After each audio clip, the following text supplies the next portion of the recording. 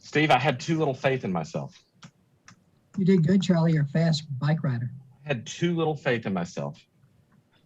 Charlie, did you get a haircut, or is your hair just blending in with your background? I got my, me or Javiera? Well, I can tell Javiera got one for sure. No? Hey, Javiera, where's your hair? Blending into the background. It's wet. My hair's wet. It's wet. Okay. Yeah. Sorry. And then I was wearing my bike helmet about 30 seconds ago. So you've got helmet head. I love it. Where's my hair? I'm going to start using that.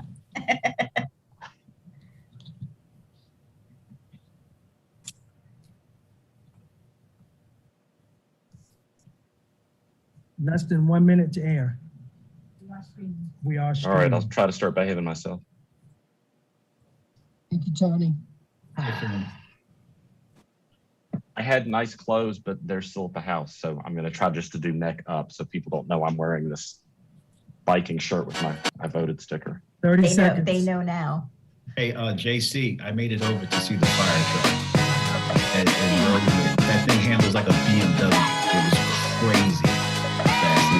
I wanted to hold that over your head forever, but I got to ride in the truck and you didn't. I gave you credit for me making it over there. You Last time I went over there, I could walk there alone, so I heard about that.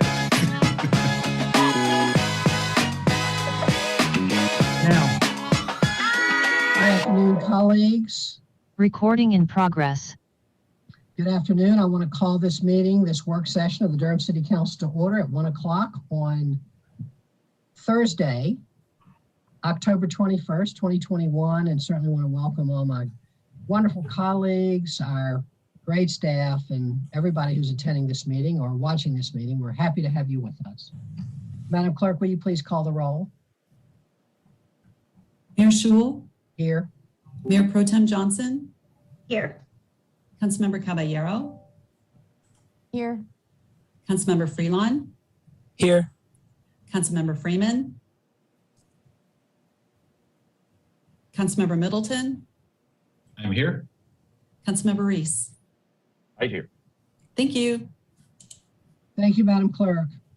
Colleagues, we'll now move to announcements by the council. Are there announcements by any members of the council? Councilmember Caballero.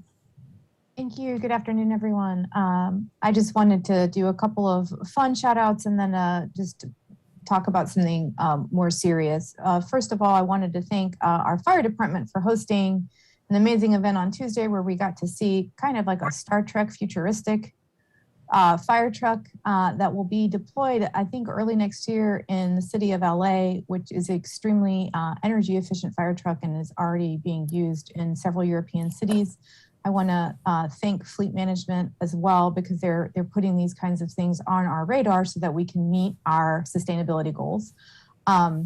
It was a lot of fun, and it definitely felt real different than a regular fire truck. Second of all, I want to congratulate the Riverside cross country team for finishing an amazing season. They are the #1 Durham County team, which is pretty incredible. And I also want to shout out my middle kid for beating their personal best record yesterday, I think at 20 minutes, 22nd 5K, which was incredible. They've been running since July, so it's a pretty big jump for them to hit in 3 months. And then the last thing I wanted to talk about, which is rather sobering, is the eviction crisis that we are seeing in the city of Durham right now. Last week, I went to observe at court, and it is quite harrowing what's happening to so many of our residents. I want to thank both Legal Aid, NCCU, and Duke, because everyone is all hands on deck for the situation we're facing. And I look forward to hearing from staff who I know will be coming to us soon with a proposal on what the city can do better to really, as best we can, help with this crisis. It is quite frankly heart-wrenching to see what families are experiencing right now.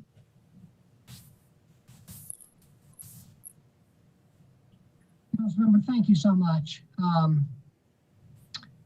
I am very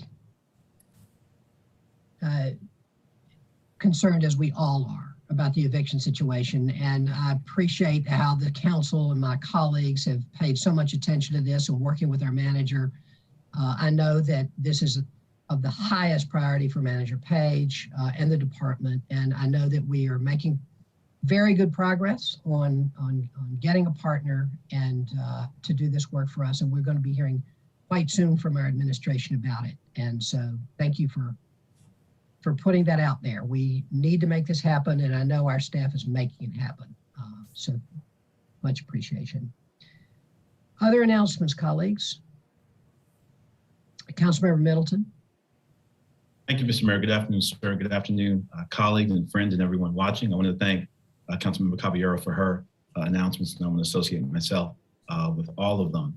I just want to send a special shout out to the Panthers of Shepherd Middle School. My friend, the principal there, Claude Archer, and Ms. Reed, who was the head of the law and forensics program there. For the last 2 days, Tuesday and Wednesday, I spent a number of hours as a guest lecturer for the students there, 6th grade, 7th and 8th grade. The reason why I had to spend 2 days is because I couldn't pick one class and not visit the others. So I wound up doing all of them over the course of the last 2 days. I want to thank the faculty and staff there for an incredibly warm welcome and for the students for their engagement. I also want to re-up my invitation for them to come. I invited them to our house, y'all, to come to City Hall and see us and see where we work and check out the chamber and check out you folk if you're in the building.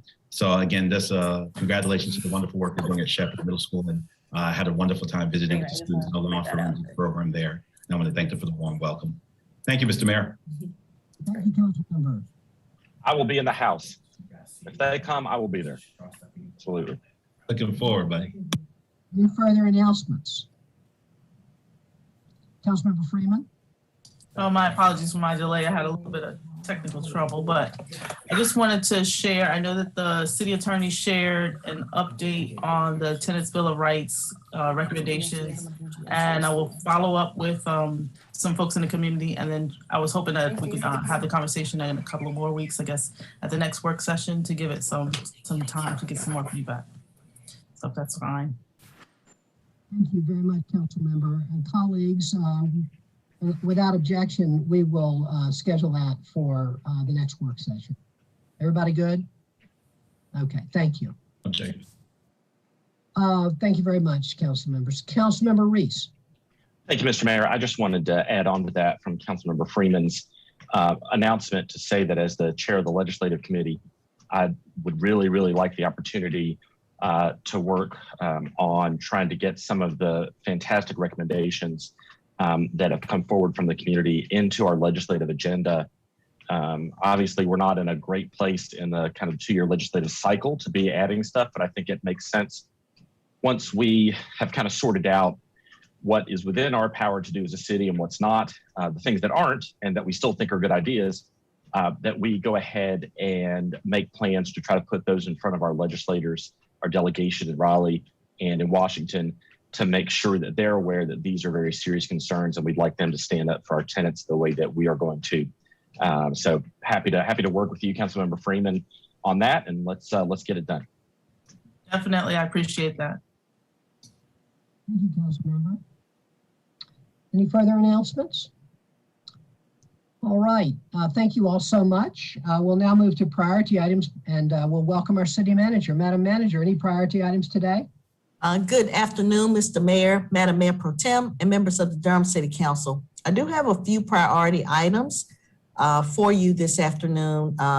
Some of them have come, some of the text of some of them have come kind of late today, and we are going to be asking you to suspend the rules and vote on a couple of the items. So we do have staff that are here if you want to inquire further on these items before you vote on them or make that decision. We certainly are ready to respond to those questions.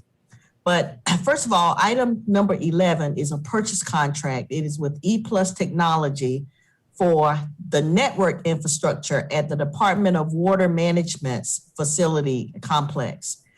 This is phase 1 of the Miss Lake construction, and it is scheduled to actually be completed in spring of 2022, so not far off.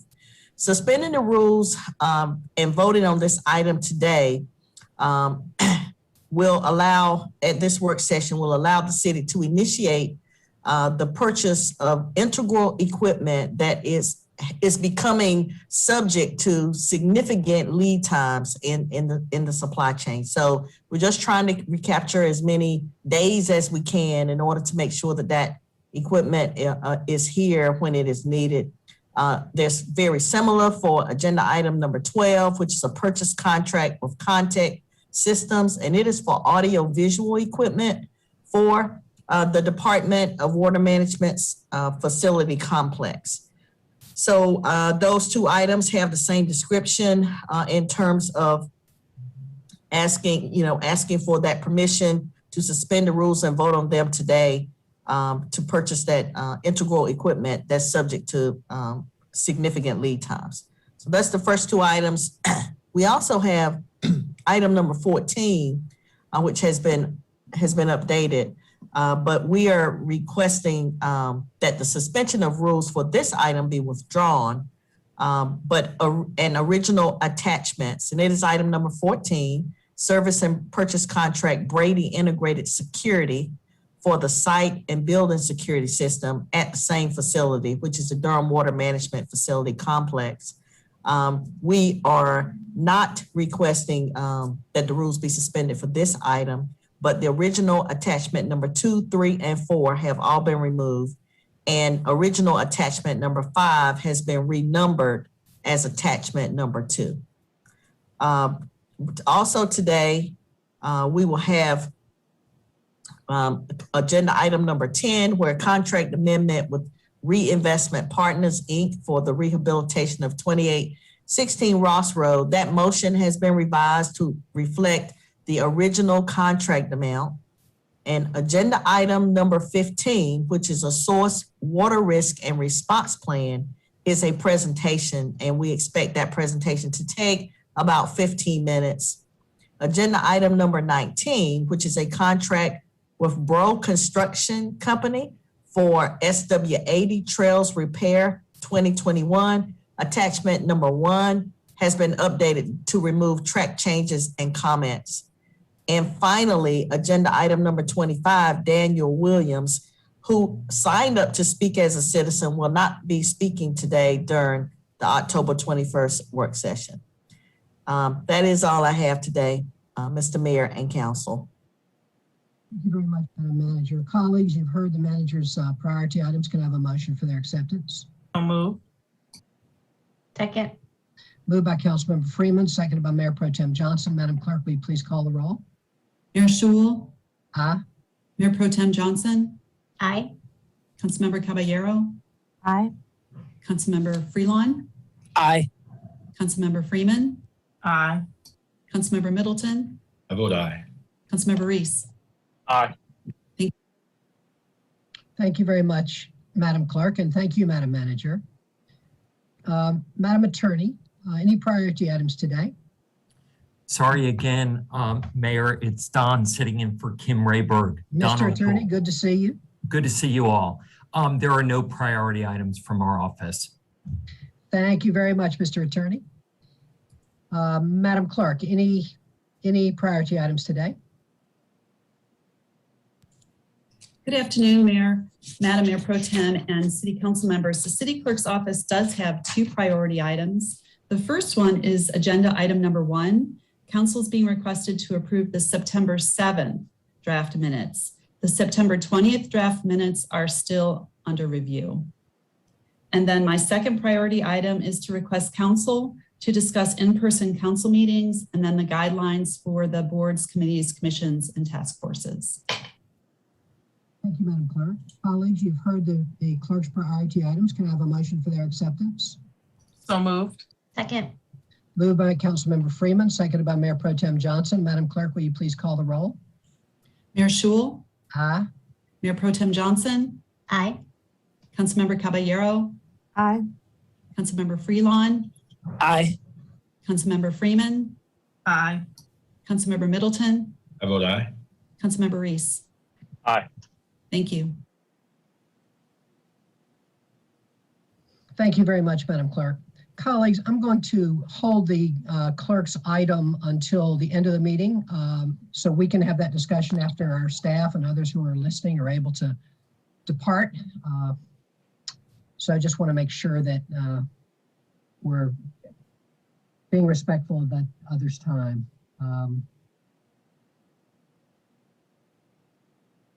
All right.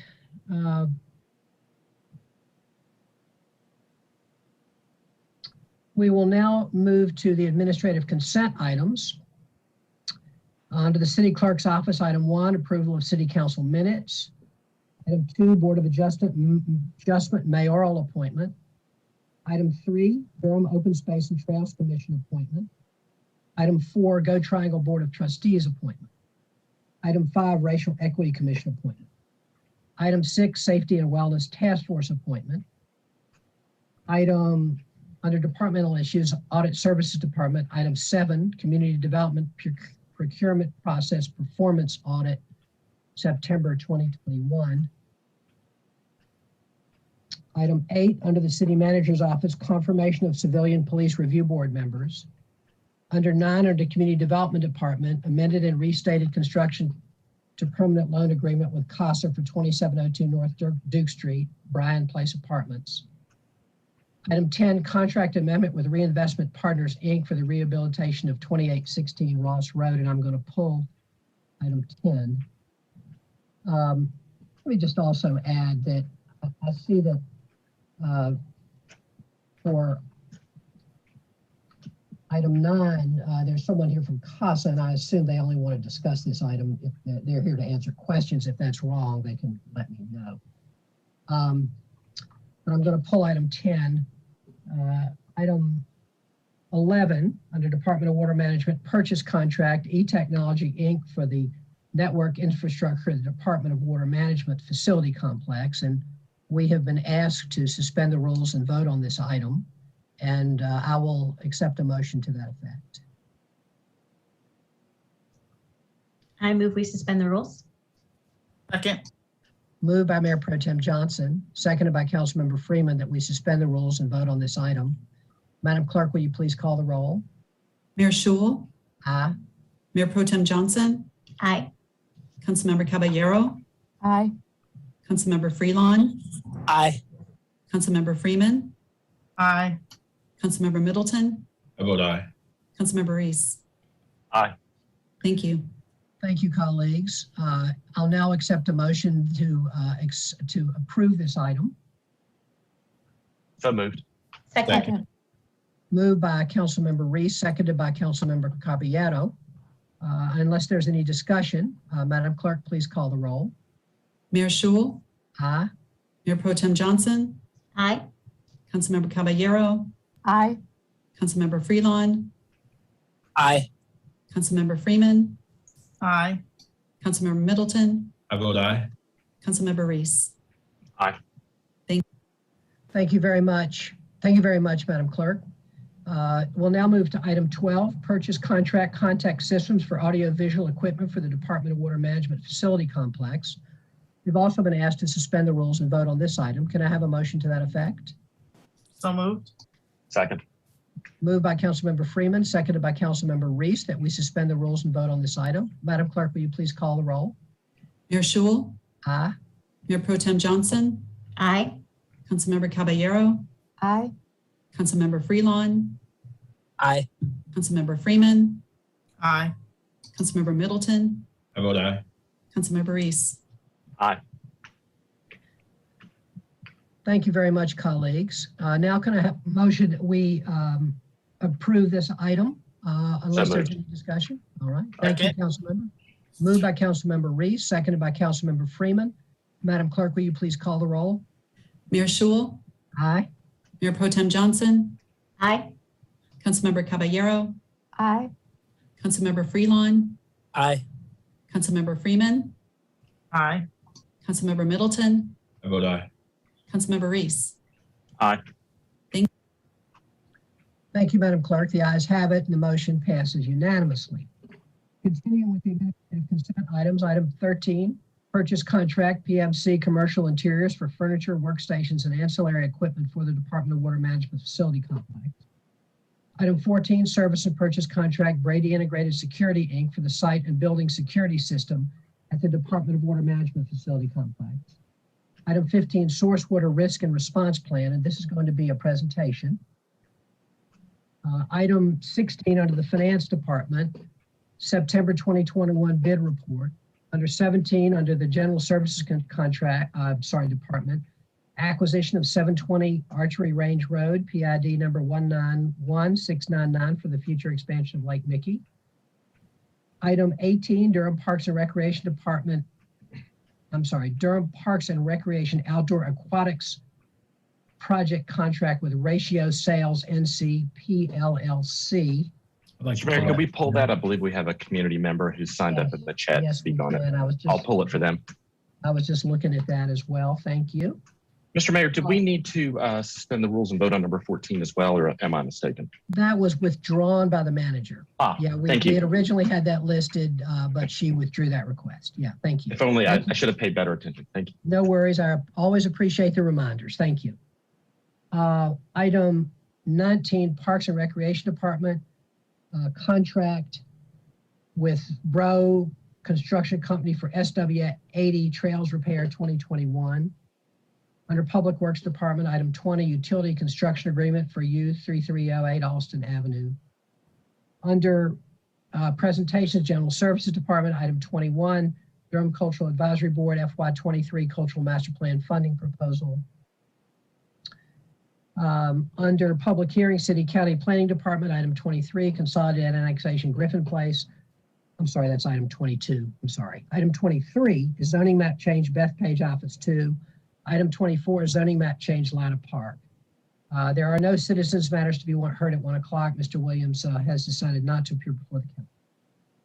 So colleagues, our agenda, and I'll ask the manager to confirm this, is we have two pulled items, items 10 and 18. And then we have presentations on items 15 and 21 to be followed by the clerk's priority item, a discussion of our meeting, in whether or not to go back and when to go back to in-person meetings. Madam Manager, is that what you have? That is what I have, Mr. Mayor. Thank you. All right, colleagues, I'm going to start with the pulled items, and we'll start with item 10.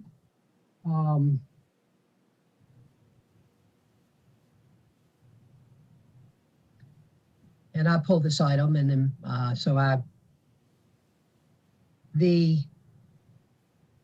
I think that it would be fair to say that, and the memo expressed this as well, that this is the cost overruns here are very significant, and it's a big disappointment to all of us, I think. I know. I know that we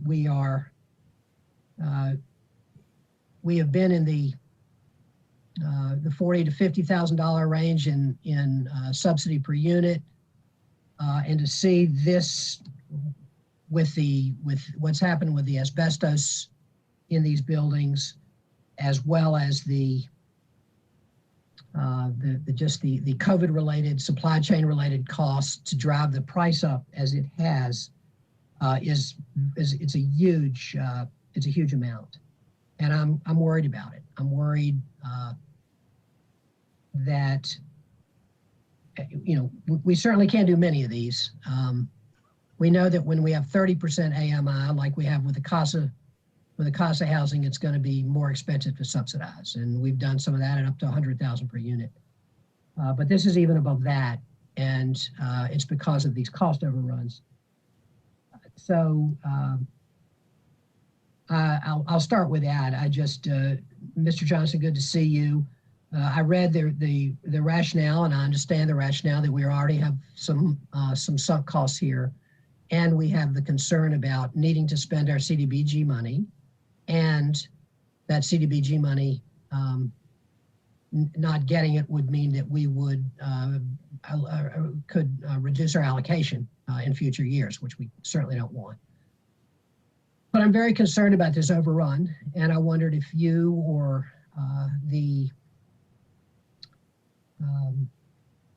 if you could tell us why you think it's worthwhile still doing this at this very high cost per unit. Greetings, Mayor Pro Tem, members of council, Reginald Johnson, Director, Department of Community Development. I will admit this has been a tough and challenging project. We're here to talk about the preservation of 42 units in a disinvested area, have been disinvested, a 50-year-old building.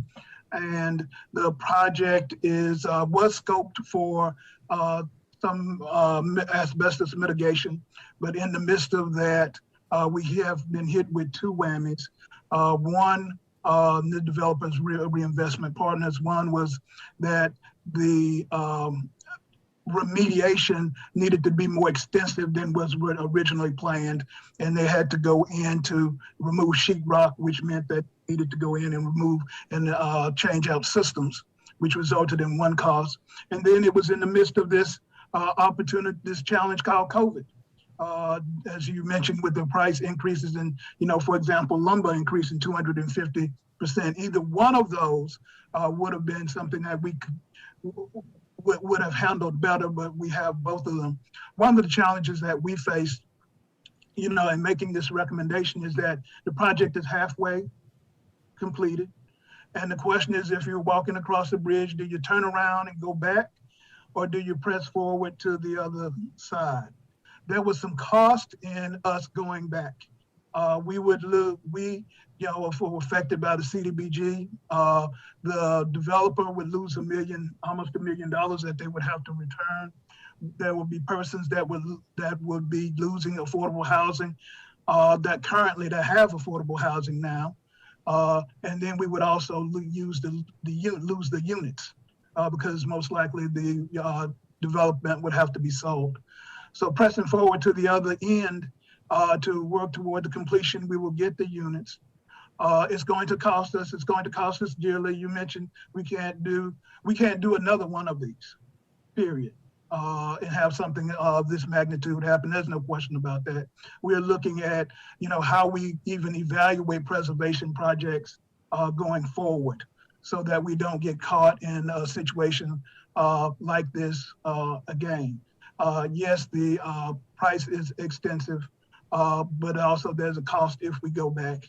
But if we go forward, we do gain units, and it's in a challenging area of our city that we can that is in need of affordable units. And so it's a tough one. It's very tough. Thank you, Mr. Johnson. Can you explain the concern about the loss of the CDBG funds? So I'll be glad to, Mayor. So we have already put $400,000 in CDBG, Community Development Block Grant funds in this project. That's fine. But we also stand to put another $989,000 in this project of CDBG funds. CDBG, Community Development Block Grant, U.S. Department of Housing and Urban Development, has a spending test on May 2nd, which is a 1.5 test, which means that we must spend 1.5 times our allocation. This project is a cornerstone in us meeting that goal. And without it, we would be we'll stand the risk of not being able to reach that goal with the time period that we have left. The significance of that for us is that while we did meet the test this year, we did not meet it the year before.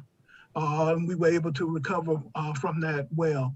But from the eyes of HUD, if one does not meet the spend down test, and this is a test of spending, that the penalty for that is the reduction of CDBG allocation funds to that particular jurisdiction.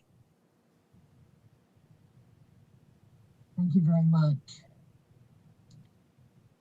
Thank you very much, Mr. Johnson. You mentioned, and it's also mentioned in the memo, that we may, for rehabilitation projects, which this is, and which I agree are much harder to evaluate than greenfield construction in terms of what the cost overrun potential is, that you're considering a third-party evaluator to assist the department in trying to and the contract and the our partners, investment partners to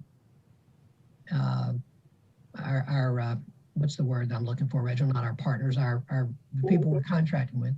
Well, our developers. Our developers. Thank you. In assessing the properties. So I have two thoughts. One is that sounds good. That sounds very wise. And then the other thought I have is I know that those can be time-consuming kinds of processes. And we all know the value of time here in terms of constructing these projects. Is that the kind of thing that can be done in a way that is timely? Can we have a third-party evaluator who is helping us in a way that is also not delaying projects? We already know there are millions of things that delay these projects. So what are your thoughts on that? Yes, sir. We can do that in a timely way. If we remember the process, we normally issue RFP, request for proposals for projects. And then we also go through an evaluation time period. And then when we select those projects, then we go to a time period of review before we finalize awards. And so what we're saying is and suggesting is that we need to do some more a review. I don't know that it would have caught this, in this particular situation because we're still dealing with cost increases because of COVID. But in terms of the project itself, to ensure that the scope is appropriate, this was a renovation of a 50-year-old building. And so there were some other things that needed to be covered, but they did have a recommendation and had done some recommendation for themselves. But as it turns out, when the permit was applied for, they needed to remove the walls and to take the asbestos tape, which caused some other issues. We think that with additional review, we've been able to assess that earlier. Thank you, Mr. Johnson. Those are all my questions. I do have a couple comments. We know, Reinvestment Partners is a fabulous partner to the city in many ways and on many projects.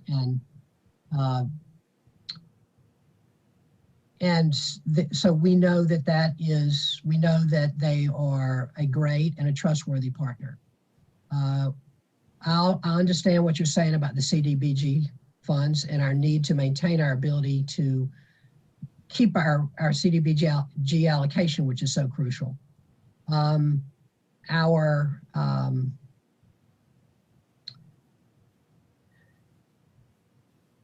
I think that your idea about a third-party evaluator makes a lot of sense. I'm going to vote for this, but I very much hope, and I understand that things arise, but I very much hope that the council will not see another one of these with this level of cost overrun where we are forced into a position where, as you say, we're in the middle of the bridge when we know what the overrun is. And so I know you feel the same way. You've already expressed that. I know we all do. These things happen from time to time, but they can't happen very often.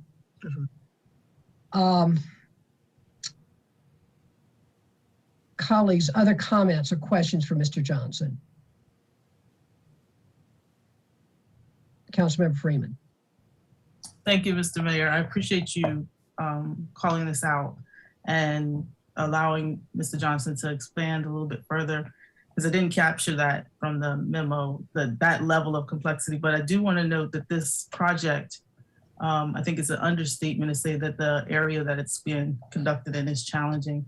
And I feel like the risk going into it that Reinvestment Partners took, knowing that this community like this, correct me if I'm wrong, but this is a building, an area where like there's multiple other buildings. It's not like it's a site where they could have like cleared it and just kind of built new. And so I really appreciate the preservation side of this in that it could spur on the other buildings actually being done at market rate and there would still be affordable housing. And so while I want to be really clear that the mayor is exactly correct. We don't want to see those overruns. I don't want to see staff be afraid of doing these preservation projects. So So, thank you. Thank you very much, Councilmember. Other questions or comments, colleagues? Councilmember Reese. Thank you, Mr. Mayor. I want to second everything that you said.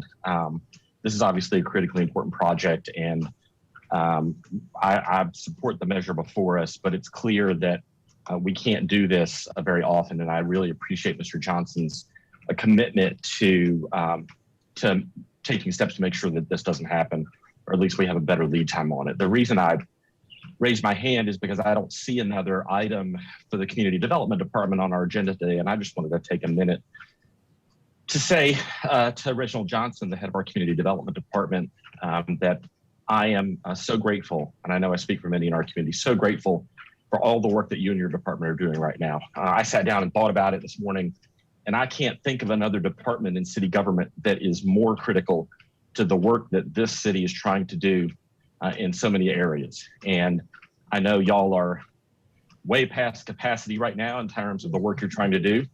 You've got smart, blank city council members who are adding work onto your workload. Even some of us who like to send you helpful advice along the way that you probably don't need. I wanted to say how truly grateful I am for your leadership personally, but also for the way that your department is leaning in to the challenges that face our community right now. So Mr. Johnson, thank you very much. That's all I have, Mr. Mayor. Thank you. Thank you. Thank you very much, Councilmember. Any more comments or questions, colleagues? Mr. Johnson, thank you for being with us. Thank you, Mayor. All right. We'll now move to item 18, but I'm sorry, we're not going to move to item 18 yet. I have been informed by the clerk, and I missed this, earlier, that we have at least one person here who signed up for public comment. I see three people listed on my list, Dory Gruner, Tamika Walker, and Percival Patterson. I don't see Percival Patterson or Dory Gruner here, but I do see Tamika Walker. And I apologize to you, Ms. Walker. I should have, the clerk had given me a list and I just overlooked it, and please accept my apology. We're glad to have you.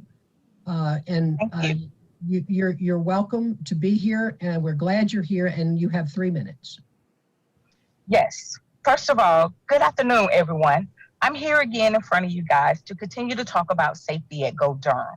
Since the last time we had talked, we had several incidents just to happen the other day to an operator that was assaulted on the bus. The passenger had threw a beer on her and also spit on her. Also, just this past weekend, we had a passenger walking around with a gun at Durham Station until someone called Durham PD. They chased the guy off the property. It was around 11:30 p.m. Also, me and another coworker was trying to get to our car, and there was a couple up there fussing and fighting, talking about, call the police, he has a gun. Also, the passengers was upstairs at the COVID clinic. They had started fighting over $10 gift cards. We here at GoDurham are the first ones to go out in the morning and the last ones to come back in. And when it comes to recognition, we are the last ones to receive it. We have overcrowded buses, which leads to angry passengers, which could lead to violence on the bus. In closing, I'm still asking for buses to stop service at 10 o'clock Monday through Saturday and 7 o'clock on Sunday. That will match with the other organizations in our area. What is it going to take? Do we have to have a fallen operator by the hands of an unruly passenger to get your attention? Because at this point, we have been assaulted, hospitalized, and nothing has been done. Thank you for your time. And Mr. Patterson will not be here, but I have my Vice President, Kurt Mitchell, and he would like to also speak in the place of Mr. Patterson.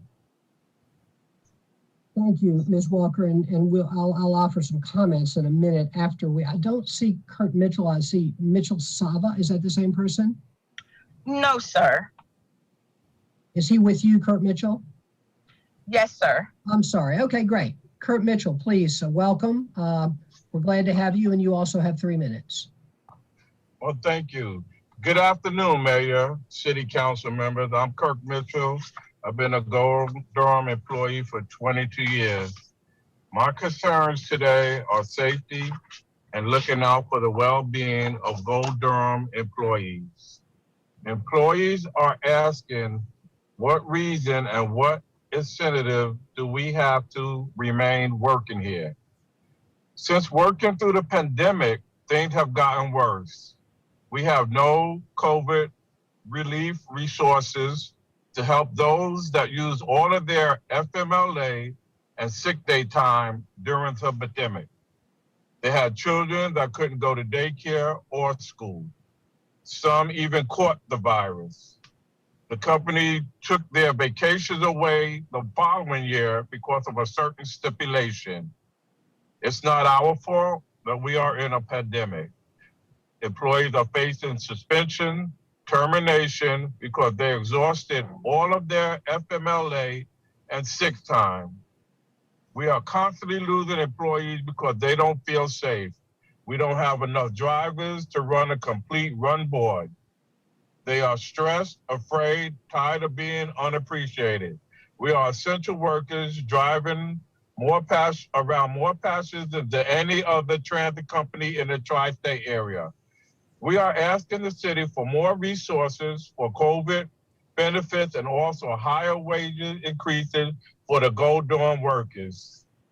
Thank you, Mayor, City Council, for giving us the floor to express our concerns.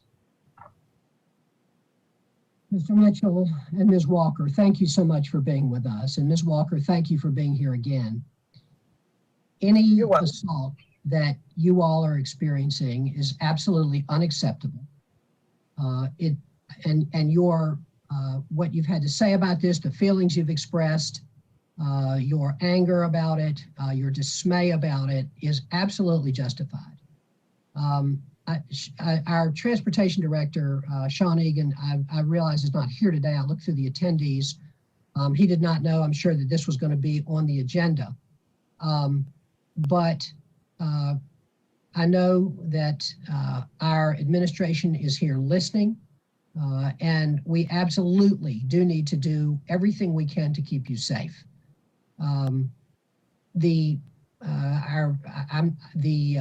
The other issues that you raised, Mr. Mitchell, about family leave and pay, again, I know our administration is listening to these items today that you've listed. I'm not sure, I don't know the details of those, but I know our administration is aware of it. And I'm going to ask, since Mr. Egan is not here, I'm going to ask Manager Page to make sure that we get you all a response and that we especially figure out ways to respond to your safety concerns. Madam Manager, any thoughts? Yes, I just wanted to acknowledge the comments. We will ensure that Keith Chadwell and Sean Egan and myself review, the recorded comments here. Typically, if we did have a citizen matter that we had in advance, there would have been someone prepared to respond specifically or written response as you have mentioned, but we will respond to these comments today. Thank you very much. Thank you. And Mr. Mitchell and Ms. Walker, again, I just want to let you know, and I know I speak for the whole council, we are appalled when we hear that our bus operators, who are so crucial to you're the lifeblood of the city, and everything that you said about your work is absolutely true. And we want you to know that we hear you and that we want you to be safe, and that I know the manager will take your concerns seriously. So thank you. Thank you. Well, thank you, Mayor. Councilmember Middleton. Thank you so much, Mr. Mayor. And Ms. Walker, Mr. Mitchell, thank you so much for being with us today. I had a rather lengthy conversation with Tamika, Ms. Walker, yesterday about the concerns, and I want them to know I did forward an email yesterday to the manager and to Director Egan, and copied a number of other city leaders about follow-up. So I assured her that I would do that. I want you to know that I did do that, and I'm thankful that the manager indicated that there would be a response forthcoming. Ms. Walker alluded to a meeting that was held, I believe, on October 1st with Mr. Egan, and where some specific things were discussed, ranging from the barriers protecting our drivers and to some type of security on the bus and on the lines. I do want to affirm they are absolutely essential workers. The city cannot operate if folk are not moving around and can't get to work or can't get to medical appointments. There's no doubt that they are essential workers. This is really just an iteration, we know, of a larger issue that we're dealing with when it comes to violence, particularly gun violence in our city. And it will start to affect our commerce and our ability to negotiate the city, be it transportation, our economy. All areas are subject to impact. And you know, we are beginning to hear these anecdotes of folk that are essential workers being impacted by this issue. So I'm pleased that this is on the radar of our administration, of our staff. And I want to thank Ms. Walker for her advocacy. You know, she has a job. She's an actual operator. So to take time to do this on behalf of her fellow workers, and indeed on behalf of the city at large, because our transportation is our nerve center, is our nervous system for the city. So I want to just associate myself with the staff's commitment to respond and be responsive to Ms. Walker and her colleagues at GoDurham, and fully declare that we're on it, and we recognize that no one is exempt from these issues, and it is absolutely unacceptable that folk, while they're at work, making sure we get to where we need to get, are being assaulted and threatened with weapons. It is absolutely unacceptable, and I trust that we will do everything within our power to protect our workers who are there for us every day. First out and last in, I think was said, and I want to affirm that and thank them for their service to the city. Thank you, Mr. Mayor. Thank you, Council Member. All right, colleagues, we will now move on to our next item, item 18. And this was an item, this is the item, I have some comments on this and a question, but first we also have a member of the public who would like to speak on this item, and that is Adil Ortiz. Madam Clerk, can you make Ms. Ortiz available to be heard? Welcome, Ms. Ortiz. We're glad to have you with us, and you have 3 minutes. Hello, thank you so much for giving me some time to discuss my concerns about the Hoover Road Park and the impending plans and engagement that's coming up.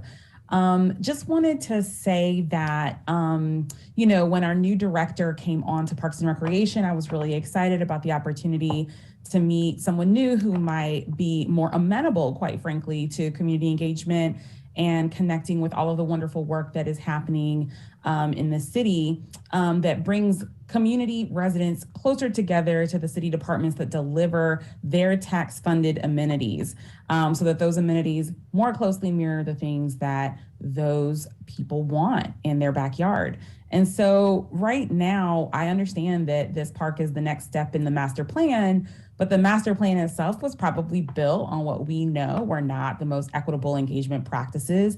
And so we want to know a little bit about, from the proposed contractor, how they plan on handling that tension between, here you have a master document, how much fidelity do you think you have to stick to it? Or is there room, quite frankly, for the current day needs and expressed desires of the community in the design and in how information is collected, how it's analyzed, how will they be part of decision making? I know in the memo, there is a steering committee that's going to be put together, but in my reaching out to the staff at Parks and Recreation that are most closely related to this project, it's been kind of like a brick wall, quite frankly, to see how they might be able to connect with community-rooted folks who can be a part of that process long-term.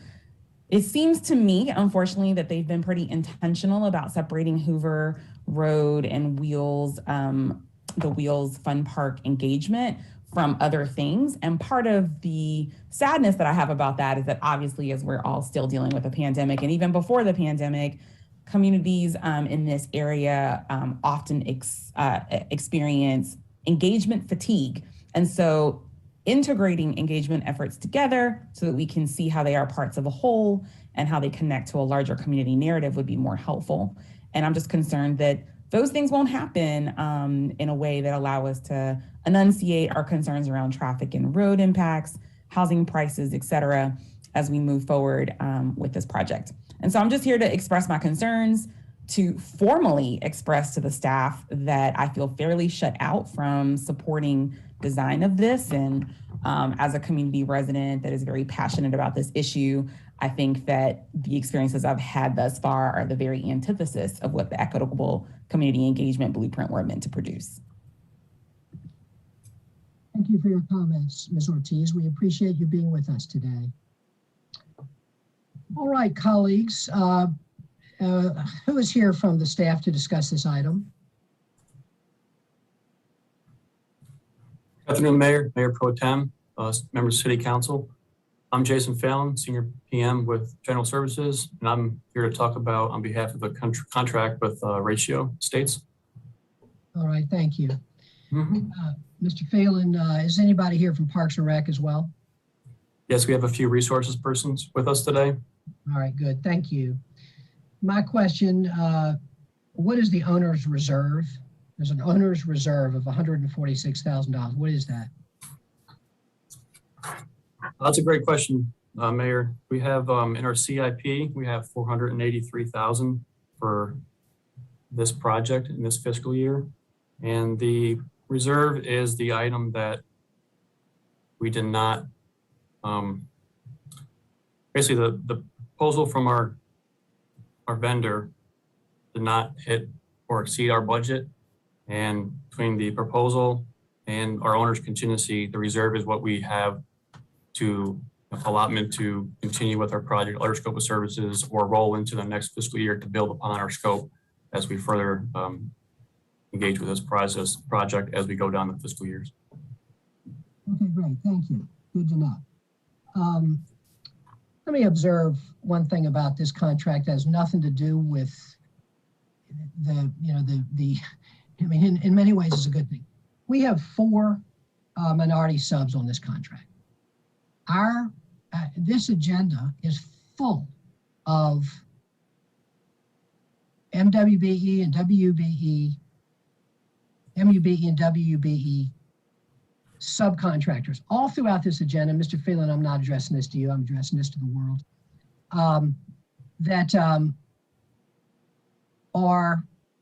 We've done very well in this agenda with that.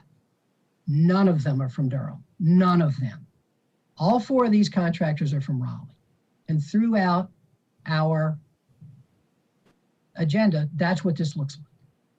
And I just, I know I've said this 1,000 times, but I don't think it can be said too many times. Part of this is we need to help the businesses in Durham develop who can do this work. And then I think that there's another aspect to it too that I have learned more about recently, which is that a lot of these contractors have minority and women subs who they are who they're used to working with. And that's a good thing. So when they get the contract and there's a requirement like we have for minority and women subs, they plug them in. And if they've got a really good, reliable subcontractor from Raleigh, they're going to plug that subcontractor into the project. I'm not sure how to deal with that problem. And I'm certainly not complaining about the contractors doing that. They have these subs who they're giving business to and working with them. But we have got to figure out a way that when we have a whole agenda full of minority women subs, that we've got some from Durham. And I hope that our Built to Last program can help to develop these businesses, because I think that is absolutely, it's crucial. It's crucial. Okay, that was my speech, Mr. Phelan, and again, not addressed to you. I will ask if someone from Parks and Rec could come and talk about the plans for public engagement around this project. Mr. Walcott, welcome. Thank you, Mr. Mayor, members of council. Happy to speak to that. I think you'll also see in the contract that's one of the priorities of this firm that we're going to be working with is to set that up, is to develop that. And there will be plenty of conversations about how this particular site interacts with both the local community and neighborhoods, such as Merrick Moore Neighbors, but also how it can interact and complement the park right across the street where we'll have playgrounds and soccer fields. So a big part of that interaction is programming, is amenities, but how do folks from near and far access this great new asset that they can enjoy? Whether that's walking safely there or it's along a bus line, those are all the things that we're interested in hearing and creating opportunities for. The timeline, just to let you know, construction is scheduled to be completed in the year 2027. That's why it's important for us to start early now so we can have as many opportunities of conversation and engagement to really get the pulse of the community so we can do and provide the best that we can for what everyone needs and wants. Thank you very much, Mr. Walcott. And I did read in the memo about this, about the plans for engagement, and I appreciate it. We're not quite ready to have that screen shared yet. Okay, good. Thank you, Ms. Austin. We'll get to that in a minute. But I appreciate your readiness. All right, colleagues, questions and comments for Mr. Phelan or Mr. Walcott. Councilmember Middleton. Thank you, Mr. Mayor, and thank you, Mr. Phelan and Walcott, for being with us today. My question isn't really germane to the contract, but more to the master plan itself. Speaking of community engagement, I've been having a number of conversations in the community about wheels in particular, and particularly younger constituents. So my question is there anything about our master plan that precludes the return of skating to that facility? No, there's nothing that precludes or even speaks to, and that's part of the process that we'll go through at this location in general. We all know that we purchased this property with the intent of an aquatics facility. Great, that's what we're gonna do. Mm-hmm. When we go through this process and we have the conversations with our community, we're gonna hear about the existing amenities and what the preference is. And we'll keep that in mind and we'll have that available. So we're not going to paint ourselves in the corner that just because we have a pool, that'll dictate what we can or cannot do with the existing amenities on site. So there's opportunities still to go either way with the existing amenities and facilities. Let me just disclose, and I'm glad to hear that. Let me disclose to you that a CEO of a national skating company, Kontek, he may have contacted many of us, but I had a conversation with him yesterday and raised a possibility of they're eavesdropping about our conversations here in Durham about what to do with our young people and giving our young people options and things to do, particularly post-pandemic. Raised the possibility of, while we are realizing our master plan with respect to the aquatic center, to possibly look at,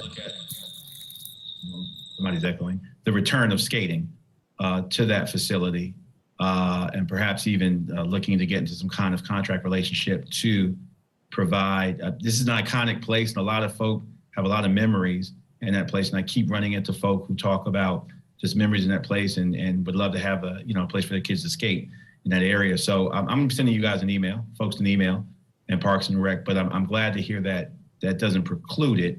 But I'm wondering if we can, while we're on our way to realizing the aquatic center, if we can get some use out of that facility, particularly the skating rink for our young people in the city. So thank you. That's all. Well, more to come on that. Councilmember Middleton, I do have one thing to add on top of that, just to build on your comment a bit, sir, is outside of the aquatics program scope of work that we have with our vendor, we've also built in a line item in preparation and kind of in foresights for, as Ms. Ortiz commented on, the 1,000 petitions for this roller skating rink. We have an existing conditions assessments built into this contract a little bit in case we needed to kind of tap into that resource as a conversation develops around existing amenities as an asset to the city. Thank you. Well, that's encouraging to hear. Thank you so much. And I look forward to more discussions around that. Certainly Thank us you. too. Thank you. Yeah, absolutely. It's an exciting prospect and proposition before us if we can realize it. Thank you, Mr. Mayor. Thank you, gentlemen. If you've ever seen Councilmember Middleton skate, you really want to have that rink. Councilmember Reese. Thank you, Mr. Mayor. Real quick, as you engage with the community about this issue, I just want to say that as a member of the community, I couldn't feel more strongly about making sure that roller skating is in the future of this particular facility. That was my understanding when I voted for the darn thing, to buy it. To hear you say now that it's a possibility is, I didn't like that. I didn't care for that at all. And so as a member of the community, I'm here to tell you that Wheels must continue to be a skating rink going forward. And I plan to use whatever influence I possess to make that happen. I just wanted to make sure you knew that, Mr. Walcott. Thank you, and thank you, Mr. Mayor. That's all I had. Before I call on Councilmember Freeman, I'll just say that Mr. Walcott is in kind of a catch-22 here. We have many council members we have many community members that want this to be a skating rink. I do too. We also have many community members that are saying to him loud and clear, don't make any decisions about this until you hear from us. I am sympathetic to Mr. Walcott's position. Councilmember Freeman. Thank you, Mr. Mayor. Before that comment, I was getting ready to say something. I just want to say I'm probably not sympathetic, and I want to say that there has to be a skating rink. I was really concerned. I'm really concerned though. We're talking about 2027 and it's 2021, and the skating rink's not open now due to COVID, is my understanding. When you're talking about it as existing conditions and the language you're using pushes out a forecast conversation, and that as if the skating rink is not going to be open right now. And so knowing that we all just bought skates in the last couple of years and we'd like to use them in my household, I just want to know if it's going to be open anytime soon. Well, right now, I hope you all know that it's being used as a great resource for COVID vaccinations right now. So that's what it's currently being used for, and I'll have to look to see our contract as far as how long that goes out for vaccination. So that is the existing plan right now. Thank you, Mr. Walcott. Thank you, council member. Yes, thank you. Council members want to skate. That's all there is to it. Isn't there a song about that, Councilmember Freeland? Yes, there are lots of them. There should be. Any other comments or questions for Mr. Walcott or Mr. Phelan? Councilmember Freeland. Thank you, Mr. Mayor. I mean, my colleagues have really said a lot of what I want to say, so I don't want to repeat that. It definitely needs to stay a skate park. I think of Wheels in the same tier as, the Durham Bulls. It's just one of these cultural institutions that's really important to so many people in the city. And so I too, like Charlie, was surprised to hear that, that it wasn't definitely going to happen. But I get it, Mr. Mayor, how you're saying he's between a rock and a hard place. But yeah, I'm going to be the hard place with Charlie and Adriana, and just wanted to voice that.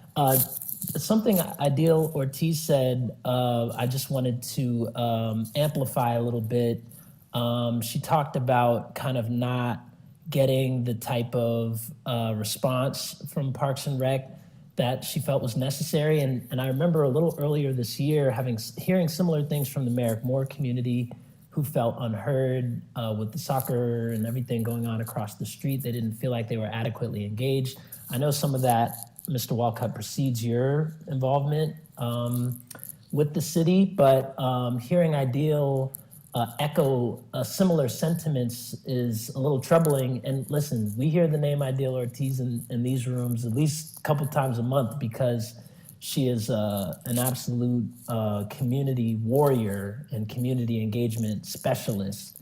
So I just wanted to amplify what she said and ask you to really heed the warning signs that she's alluding to. Is there some kind of different standard that's being placed around this particular Parks and Rec development, whereas perhaps other projects have been a little more transparent? And if there is kind of a different way you're going about it, perhaps it would behoove you to be transparent about and very loudly say to the community when they can expect to hear from you.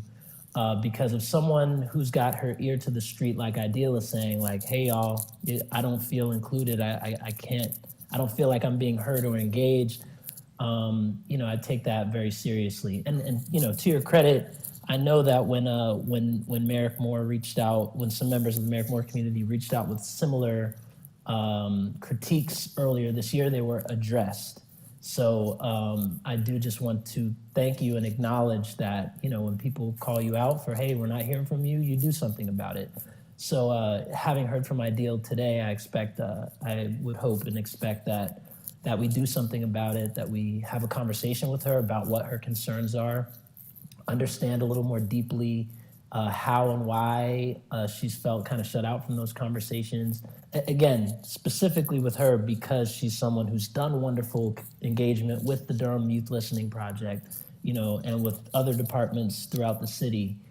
So I trust her when she speaks up and says that this is an issue. So I would love, Mr. Walcott, if you and your team could sit down with her and really just listen to what she has to say and take good notes on how to address it. So thanks so much. Sure, I'd be happy to, and I appreciate the feedback, and we're happy to continue the conversation with Ms. Ortiz. We both admire and respect her efforts for the community, and we'll continue having those conversations. I will continue to be responsive to all of her emails as I have up to this point. And I can assure you loud and clear that we have no interest in operating this process in a vacuum. We have no interest in building a park just the way we think we would like to or the way people would like it. But our whole purpose is here is to serve the community, is to help build better lives and a better community through the power of parks. And that's who we are. And you can see throughout this process, that's what we will continue to do. And that's what's of most interest to us. So I have no questions or hesitations about us being able to do that. And we'll continue that. Thank you very much. Thanks, Mr. Mayor. Thank you, Councilmember Freelon. And thank you, Mr. Walcott. And I do seriously want to say, colleagues, I know that we have things that we want, but the main thing that we say we want is absolute openness to the community about what's going to be in these facilities. And so, okay, you guys, there's going to be a survey that's going to be about what we want at this park, and everybody on this council gets to vote for a skating rink. And then if it eventually comes back to us without that skating rink and you still want it, you can vote it down. But I do think we should remember what we ask of our staff. And when they say they're really going to be open and listening, yeah, you know what I mean. Okay, Councilmember Caballero, then Councilmember Freeman. I hear what you're saying, Mr. Mayor. While I am a huge fan of the skate rink and know the deep history, and I can't count how many birthday parties, summer camps, and time that was spent there as a family, I will say that I also know we're in deep need of pools. We are extremely under-resourced. That actually does have a public health impact in the sense that we have more residents who don't know how to swim when we don't have public pools. So I understand the predicament that we are facing. And I don't envy what staff is trying to do here. And I look forward to hearing from them and the community about how we make that an incredible community asset. Thank you very much, Councilmember. Councilmember Freeman. Thank you. I just wanted to just circle back around. I think I'm jokingly saying that about the skate rink, even though I'm serious. But it's really the sense of, and I want to kind of appreciate Councilmember Freelon's comments and noting like this is not just about what I want. It's really like acknowledging that there's a whole process that's been put in place around equitable engagement, and we can use that in this, or we can not. But we can't say we're going to and then not do that. And so I'm hopeful that Mr. Walcott will decide to use the equitable engagement process, and the staff that have been really good about engaging in our community to do this work. I have nothing against Ratio. I don't know who Ratio is, and this contract is, I assume it's the best option for us. But I do want to be really clear that our community is very voiced and clear on what it needs, and there's a good way to do the engagement, and there's the old way of doing the engagement, and I want to stick to the good way. So thank you. Thank you, Council Member Freeman, and I'm glad you brought that up, because we also put in writing, but it doesn't matter what we say. It only matters if our actions back up what we say. And so we have to walk the walk if we're going to talk the talk. But it's important for us to memorialize that in all the documents that you have as far as embracing the equitable engagement blueprint. What we also are formalizing is this is a pilot project of ours for the racial equity plan. So both of those major initiatives and philosophies we're embracing through this project. And one of the things I loved about the development of even of the scope when we send this out to try to find contractors was the multiple departments involved in doing this. So we did the engagement plan, we did follow the racial equity plan that included neighborhood improvement services and general services and the Department of Inclusion and Equity. So from the very beginning, that's what we're doing. So thank you for giving us that feedback. Thank you very much. Keep doing what you're doing. All right, colleagues, any further comments? Thank you, the council members. Mr. Walcott, thank you for being here. We appreciate it, and we appreciate your commitment to the community engagement we know it's going to take to make this right and make this project come out right, and we know you'll do it. I am 100% sure and excited, very excited. I mean, this is going to be wonderful. All right, and Mr. Phelan, thank you for being with us. We'll now move to item 15, which is the Water Management Department, and I believe Mr. Greeley is here with us. Welcome, Mr. Greeley. Thank you. Good afternoon, Mayor, Mayor Pro Tem, members of council. Don Greeley, Department of Water Management. With me today is also Sid Miller, who's our Water Resources Planner and heads up all of our water resources planning efforts. We'll be tag teaming today on the presentation.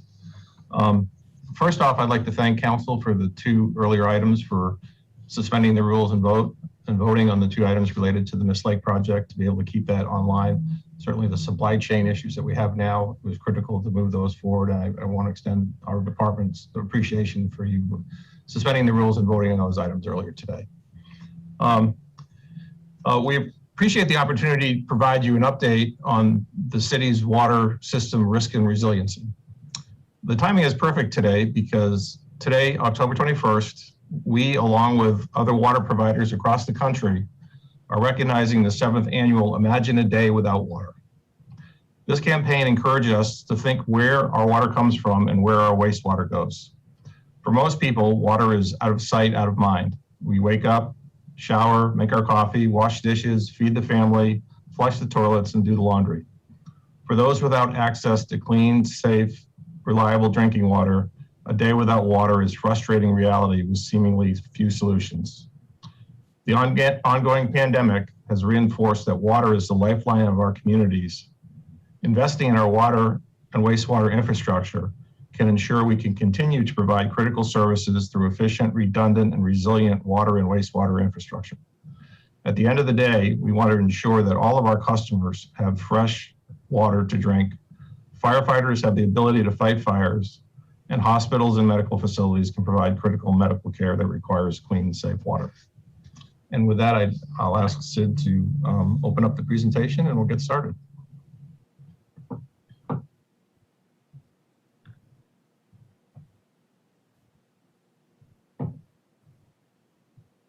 Okay, we're here today to talk about the water system risk and resiliency. Next slide, please.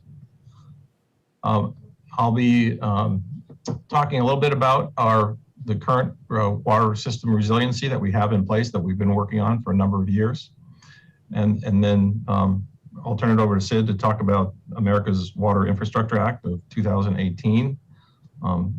That's related to a lot of the disasters that have and natural disasters that have occurred across the country related to water infrastructure. And Congress, working with EPA and Homeland Security, passed that act, and we had to formalize our risk and resiliency plans for all utilities across the country. So, but first we wanted to take a little bit to talk about the resiliency that we currently have and where we're headed. Next slide, please. So from our water supply reservoirs, currently we have Lake Mickey and Little River, where we get most of our drinking water from, and we're now pursuing accessing our allocation at the Jordan Lake watershed. Next slide, please. Lake Mickey, our oldest water supply, was built in 1926. Its yield is 10.5 million gallons a day. We're currently have projects at both dams, about $60 million worth of projects going on. They're coming out of design. We expect them to bid shortly. At Lake Mickey, we are completely replacing all of the electrical systems, all of the mechanical systems, rehabilitating all the gates and inlet gates of the dam. Next slide, please. And we continue, of course, to buy land in and around for a future expansion. Lake Little River Dam and Reservoir was built in 1988. Its yield is 17.4 million gallons. We are also doing some work in the pumping station down to your lower right, as well as the intake tower and some gate rehabilitation that you see out in the water. Next slide, please. We are now pursuing through our Western Intake Partnership, accessing our allocation of 16.5 million gallons from Jordan Lake. We hope to be able to bring that online by 2031. We'll talk about that in a minute. And the yield should be about 16.5 million gallons. Next slide, please. As you can see, how much usable storage there is in that we will have at all of the three reservoirs. Little River has a very small watershed, and Lake Mickey has almost twice as large, and Jordan Lake is an enormous watershed. It tends to be more drought resistant, and we look forward to developing facilities to access our allocation directly from Jordan Lake rather than through our regional partners. Next slide, please. Our two water plants, Williams Water Treatment Plant was originally built in 1917. Its original capacity was 22 million. As it was expanded over the years, it's now, its capacity is 12 because of the new safe drinking water laws that have been passed over the years. The small footprint that we have on that site has not allowed us to expand facilities to meet those regulations to keep the capacity up at 22 million. So it's currently around 12 million. We both at Brown, which you can see in the background of my screen, and the picture of Williams, we recently completed $100 million worth of upgrades and expansion at both of those facilities to meet our future needs to take care of existing problems, as well as meet the new expansion, rehabilitation, and regulatory requirements that we have. Next slide, please. Of course, the Brown Water Treatment Plant was built in 1976. It's been expanded 3 times. It's now can treat up to 42 million gallons. At both plants, we've also have dual electrical feeds through Duke Energy. What that means is if one leg of the Duke Energy system goes down, we can still get electricity from the other leg. And if both legs go down, we have emergency generators at both plants to be able to fully power both plants during if we were to lose electrical power from Duke Energy. Next slide, please. So our overall operation capacity is 54 million gallons a day currently, and with, next slide, please. Our drinking water system, this gives an overview. All the blue lines you see there are our water system that throughout Durham and both in city and county. The blue dots represent elevated storage tanks that we have out in the system. Both with our plants and our distribution system, of course, we have staff that's available 24/7, 365 days of the year, that it's able to respond to any emergency. All of our water system and the plants and the towers and the booster stations are all connected by a SCADA system, which is a supervisory control and data acquisition system. In addition, we're building a pressure sensor system throughout our distribution system to be able to allow us to notify us if there's pressure losses in the system, such as when there's a water break, that we can respond quicker to those types of emergencies. Next slide, please. In addition to having the resiliency in our own system, we have resiliency in the region. This shows as an illustration of the various water systems in the triangle area. The blue arrows represent where different water supplies, as you can see from Durham, we have Lake Mickey and Little River. Over in Owasso, they have Cane Creek, Quarry Creek, and University Lake, et cetera. The darker lines represent where interconnections exist, and those interconnections allow water to move from one utility to another utility. We've been able to take advantage of our interconnections very frequently with Owasso and Cary, both during the drought in 07 and 08, where we got a significant amount of water from Cary through their access from Jordan Lake. And we were also took advantage of both of those interconnections when we did the $100 million worth of work at both plants. We consistently took the plants offline and online, and our customers never noticed it because of those interconnections. And I think it was about 2 years ago, Owasso experienced a large water line break right outside their water treatment plant. And we were able to supply them with water for their whole system until they were able to fix that water leak. So having regional interconnections for resiliency is important, not just to us, but to the whole region.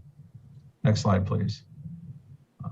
Through our Jordan Lake partnership and now our Triangle Water partnership, we've built a hydraulic model of all of our systems. This is an illustration of that hydraulic model. And the hydraulic model allows us to do simulations on should there be a problem anywhere in the region, how can we solve those problems? And, or how can we move water from point A to point B if certain pipes are broken, certain plants are damaged, certain water tanks have problems. And we very frequently use our interconnections for normal maintenance work, for major projects, and in emergencies. And most of that goes on behind the scenes because we have such strong work collaboration, and we work closely together with all of our regional partners. Moving into the future, next slide, please. We hope to bring the Tier Quarry project online. Tier Quarry is a quarry in the north part of the city. You can see where the kind of that red circle is there, where its location is. That'll be used as an emergency supply for us, additional emergency supply. We're currently working to bring that online as a facility. We'll be able to fill the quarry up either from multiple sources, the Eno River when there's high flows, Lake Mickey when there's high flows, and Little River from their high flows. But mostly with all the modeling that we've done, we fill it for the most part when we have really high flow events in the Eno River. And we'll be able to use that water in emergencies or in drought, and then be able to refill it when that emergency has passed. So And then, as I mentioned earlier, next slide, please. We've formed a Western Intake Partnership with the City of Durham, Chatham County, Orange Water and Sewer Authority, and the town of Pittsboro, working collaboratively to build an additional intake on the western edge of Jordan Lake and to build some regional, a new regional water treatment facility and be able to pump that water back into Durham. Next slide, please. This is a graphic to show, you can see the Durham, the southwest county line of Durham County in the upper right, Orange County to the left, and Chatham to the bottom. You can see Jordan Lake, and this is a graphic showing the intake below Highway 64, and then the blue and the orange line, how it would pump back into Durham. In addition to all of these facilities that we've either completed, projects we've completed or we're moving forward with, Durham is also a part of the North Carolina Water Warn. North Carolina Water Warn is the North Carolina Water Wastewater Agency Response Network. It's a group of utilities across the state committed to helping each other to conduct emergency response and recovery operations. It's a voluntary mutual aid assistance network to combat water-related incidents throughout the state, and it provides an organized system for utilities to request assistance in the form of personnel, emergency equipment, materials, and other required resources. Typically, what we've seen, the larger utilities such as Durham, Charlotte, Raleigh, Greensboro, since we are they're fortunate to be more resilient when natural disasters happen, frequently we come to the aid of a lot of the smaller utilities across the state, where the natural disasters kind of overrun the resources that they have. But all of what I've just talked about couldn't happen without the continued support of the city management, both the city manager's office and the city council, to be able to make all of these projects go forward. And with that, I'm going to turn it over to Sid to talk about the American Water Infrastructure Act and what we had to do and why the item is before you today.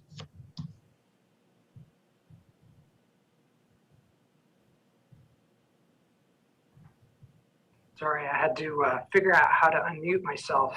Why don't you back up a slide or two?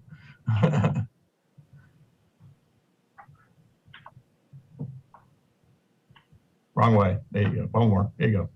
All right. Thanks, Ed. So in 2018, Congress passed the America's Water Infrastructure Act, which is commonly called WIA. It was an ambitious schedule for us because Congress took months to pass the act, but they never updated the deadlines that had been drafted in the act. Anyway, it required us to conduct a risk and resilience assessment of our entire water system, which Don pretty much described, and then follow that with an emergency response plan, and then certified it to the Environmental Protection Agency that we had done so. There were a number of considerations. I would just highlight that we had to consider malevolent human acts as well as natural disasters. And we had to consider the resilience of every single component of our infrastructure. And that includes operations and maintenance as well as finance. We used what's called an all hazards approach, which is trying to consider anything that might possibly happen. We had to consider physical security as well as cyber security, and the coordination that's required within our city departments, as well as between our city departments and external organizations. So basically, one of these tasks or components build on the prior. And we also relied on what's considered sort of state-of-the-art industry practices within our own water sector. There's a lot of stakeholder engagement. This began prior to the pandemic. And so our initial meetings, which includes such agencies as the FBI, were all in person. And then the pandemic struck, along with our cyber malware attack, which definitely made things more difficult for us. These are just some of the stakeholders that we had involved in this project. You can see it was pretty extensive. We had to consider our critical customers, of which we have many within the city, our various hospitals and universities. And I would just add that this focus on critical customers represents an ongoing program for our department. Don already mentioned all of our interconnections. We have 9 interconnections with 5 neighboring utilities. And then we had to integrate a number of already existing plans, like our water shortage response plan, our various mutual aid agreements. And then we finished up with a training exercise centered on the emergency response plan. And then we will be continuing to have these tabletop emergency response exercises going forward. There were a number of recommendations that came from this effort, and we've already been implementing these recommendations. And I would just highlight that we, and in particular, thanks to you and the city manager, we created a new position, a senior emergency operations analyst position, to focus these efforts. And that's going to pay dividends. The source water risk and response plan is a part of this whole package. To some extent, it lays out what we already do, such as our water supply watershed protection programs. And in some parts, it drills down on some of the more important risks that exist to our source waters. But as Don has already said, we have a very resilient system.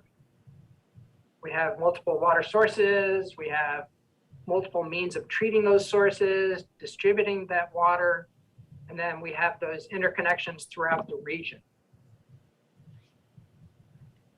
And Don already stole my thunder on this slide also, the fact that we had a water treatment plant out of service for months and nobody knew it.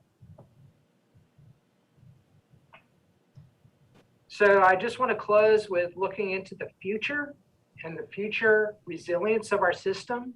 Don's mentioned some of the infrastructure projects, but I also want to underscore this water supply watershed protection program we now have, to which we've been dedicating 1 cent per 100 cubic feet of water to make those investments. And that's paid, we've been able to leverage that to a credible extent. We've protected a lot of acres, we've protected a lot of stream. We've gotten a number of great awards, but our neighbors make greater investments. The city of Raleigh and the town of Cary commit 8 to 11 times what we currently commit. And I would like us to consider in the future that we increase that investment. If we were to increase to 3 cents per 100 cubic feet of water, we would be able to take advantage of more opportunities that we're currently missing to make those investments. Any questions? Thank you, Mr. Greeley and Mr. Miller. Can you take the slides down? Thank you so much. It was such an interesting presentation, and I really do appreciate it. Colleagues, questions and comments for Mr. Greeley and Mr. Miller? Councilmember Middleton. Thank you so much, Don. Good to see you, and Mr. Miller, good to see you as well. Appreciate the presentation. Really, really fascinating. I think, and the mayor oftentimes speaks of how easy it is, I'm paraphrasing, easy it is to take for granted just turning our taps on and having clean, fresh water come out. And rarely do we think about just the massive effort that goes into making that almost reflexive thing we do as residents and citizens possible. I'm also, as a elected leader of the city, it heartens me to see that we're thinking about modern day threats that our infrastructure face and our water systems. We know that there are people in the world who may want to do us harm, and if they can't come through the front door and knock us down, they'll try and do it through computers and a water supply and other things like that. So it's really, really critical work that you're doing.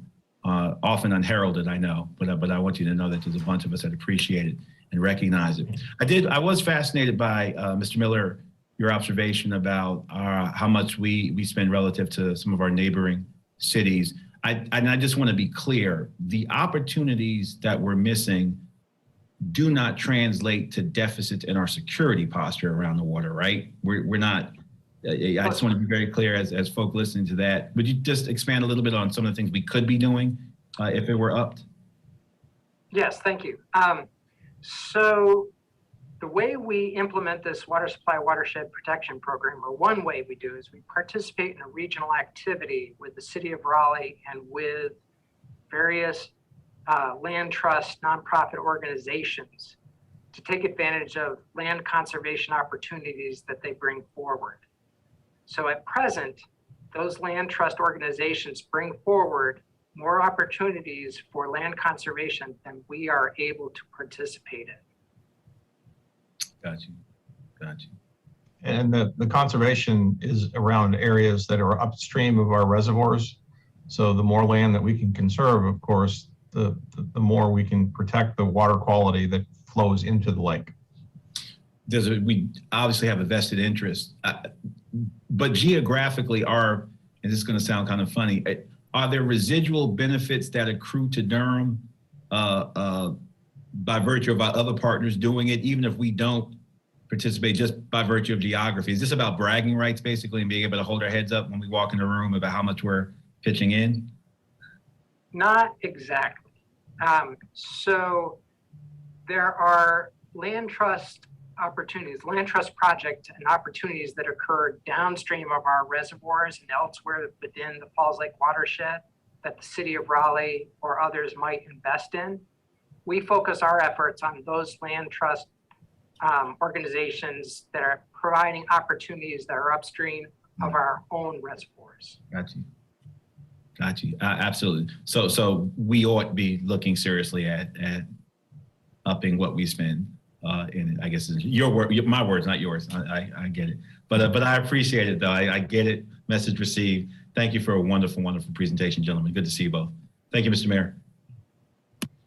Thank you, Councilmember. Councilmember Caballero. Yes, thank you. Good afternoon. I think DOST was advocating for this 2 budget cycles ago, if I'm not mistaken, around increasing the funds that we were providing as a city. And so I just wanted to highlight the work and advocacy that they had done. So I'm glad that staff is now also advocating a similar position because I know it's something that many of our residents have had eyes on. Right, we were reluctant to bring this item forward last year, of course, and are still a little nervous about bringing it forward just because of the sensitivity about any increase in cost to our customers, especially during the pandemic. So, absolutely, thank you. Along those lines, Mr. Greeley, are you all asking for this outside of budget cycle, or is this a recommendation for the next budget cycle? No, it was just to give you time to think about it for the upcoming budget cycle. All right, thank you so much. Other questions and comments, colleagues? Councilmember Freeman. Thank you. I just wanted to ask the question if I know this resiliency planning is specific to the watersheds. Is there any conversation around the flooding side of the mitigation that can be done in a resiliency work as well? That's outside our purview. I would defer to Public Works to maybe answer that question. Councilmember Freeman. And I just want to highlight that, you know, the watershed side is separate and apart from the flooding side. And so it's just, this is a small piece of what we'll need to address and just Yeah, our programs are really focused on water quality, when it comes to the reservoir, and their programs are of course more focused on quantity. So. Thank you, Council Member. Other questions or comments for Mr. Miller or Mr. Greeley? I agree with my colleagues. This was a really interesting report, and to find out that one of our water plants had been down and we didn't know about it, that was pretty cool. One thing, when the tier quarry comes, I'm excited about the tier quarry coming online, and it's been so cool to watch this process. And when I read about other cities that are having we just read about another city in Michigan that's having similar problems that Flint experienced. And I feel so confident in Durham with all the planning and constant rehabilitation and maintenance and upgrading that you all doing, and it's really great. I do have one question about the tier quarry. Mr. Greeley, a lot of my city council colleagues have over the years enjoyed skinny dipping in the tier quarry, and I wonder if that will be out now that the quarry will be used for as a reservoir. Will that still be available? We do intend to construct a fence around the reservoir when we bring it online, and I'll leave it at there. Well, okay. Some of you guys are going to have to learn to jump a fence. Okay. Thank you, Mr. Greeley. Thank you, Mr. Miller. This was a really interesting report. And I'll also say that I enjoyed the fact that there are things about it you can't tell us. There are, that this is, there's sort of things on here that can't be made public because you all are doing, taking actions that are protecting us, and much appreciate the work you do. Thank you. Thank you. And if any council member that would actually like to look more deeply and actually look at the reporting, we're happy to arrange a time where you can see the actual plan, which we can't make public. So, but it's certainly available if you would like to see it. Will it light up after I read it for like 30 seconds or a minute? And will the Mission Impossible theme song come on as well? Sorry. We can work on that. I do like the special effects idea. All right, colleagues, thank you. Thank you, Mr. Greeley and Mr. Miller. We appreciate you. You're welcome. We'll now move to our second presentation, which is item 21 on the Durham Cultural Arts Master Plan. And I see Ms. Alston is here. And Ms. Alston, now it's going to be finally your turn to share your screen. We're glad to have you. Good afternoon, Mr. Mayor and members of council. Summer Alston, Division Manager, General Services. Please forgive me. We're pleased to be back before you today to introduce an item being brought forth by the Durham Cultural Advisory Board. The Durham Cultural Advisory Board requests that the council receive a presentation regarding the city and county jointly providing support for development of a new cultural master plan. With us today, representing the Durham Cultural Advisory Board, is Board Chair Angela Lee, as well as members Katie Clune and Yvonne Coleman. I would like to reiterate thanks on behalf of staff for the leadership shown by our presenters today in gathering the data that informs this agenda item. And with your permission, I would like to turn the floor over to our presenters, but I will be advancing the slides on their behalf if that's okay. Ms. Alston, thank you. That's great. Ms. Lee, Ms. Clune, and Ms. Coleman, we're really glad to have you as well. Thank you so much for being with us, and I'll turn it over to you all. Thank you, Mayor, and thank you all. Good afternoon. As Chair of Durham's Cultural Advisory Board, I'm speaking in support of CAB's proposal for allocation of joint funding for a new Durham Cultural Master Plan. And as Ms. Alston said, I'm joined in this presentation by board members, CAB members, Katie Clune and Yvonne Coleman. Next slide, please.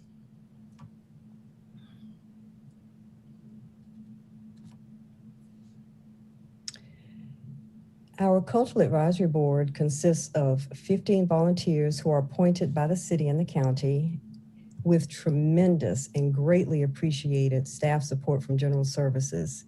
In addition, our subcommittee, the Public Art Committee, consists of 15 volunteer residents.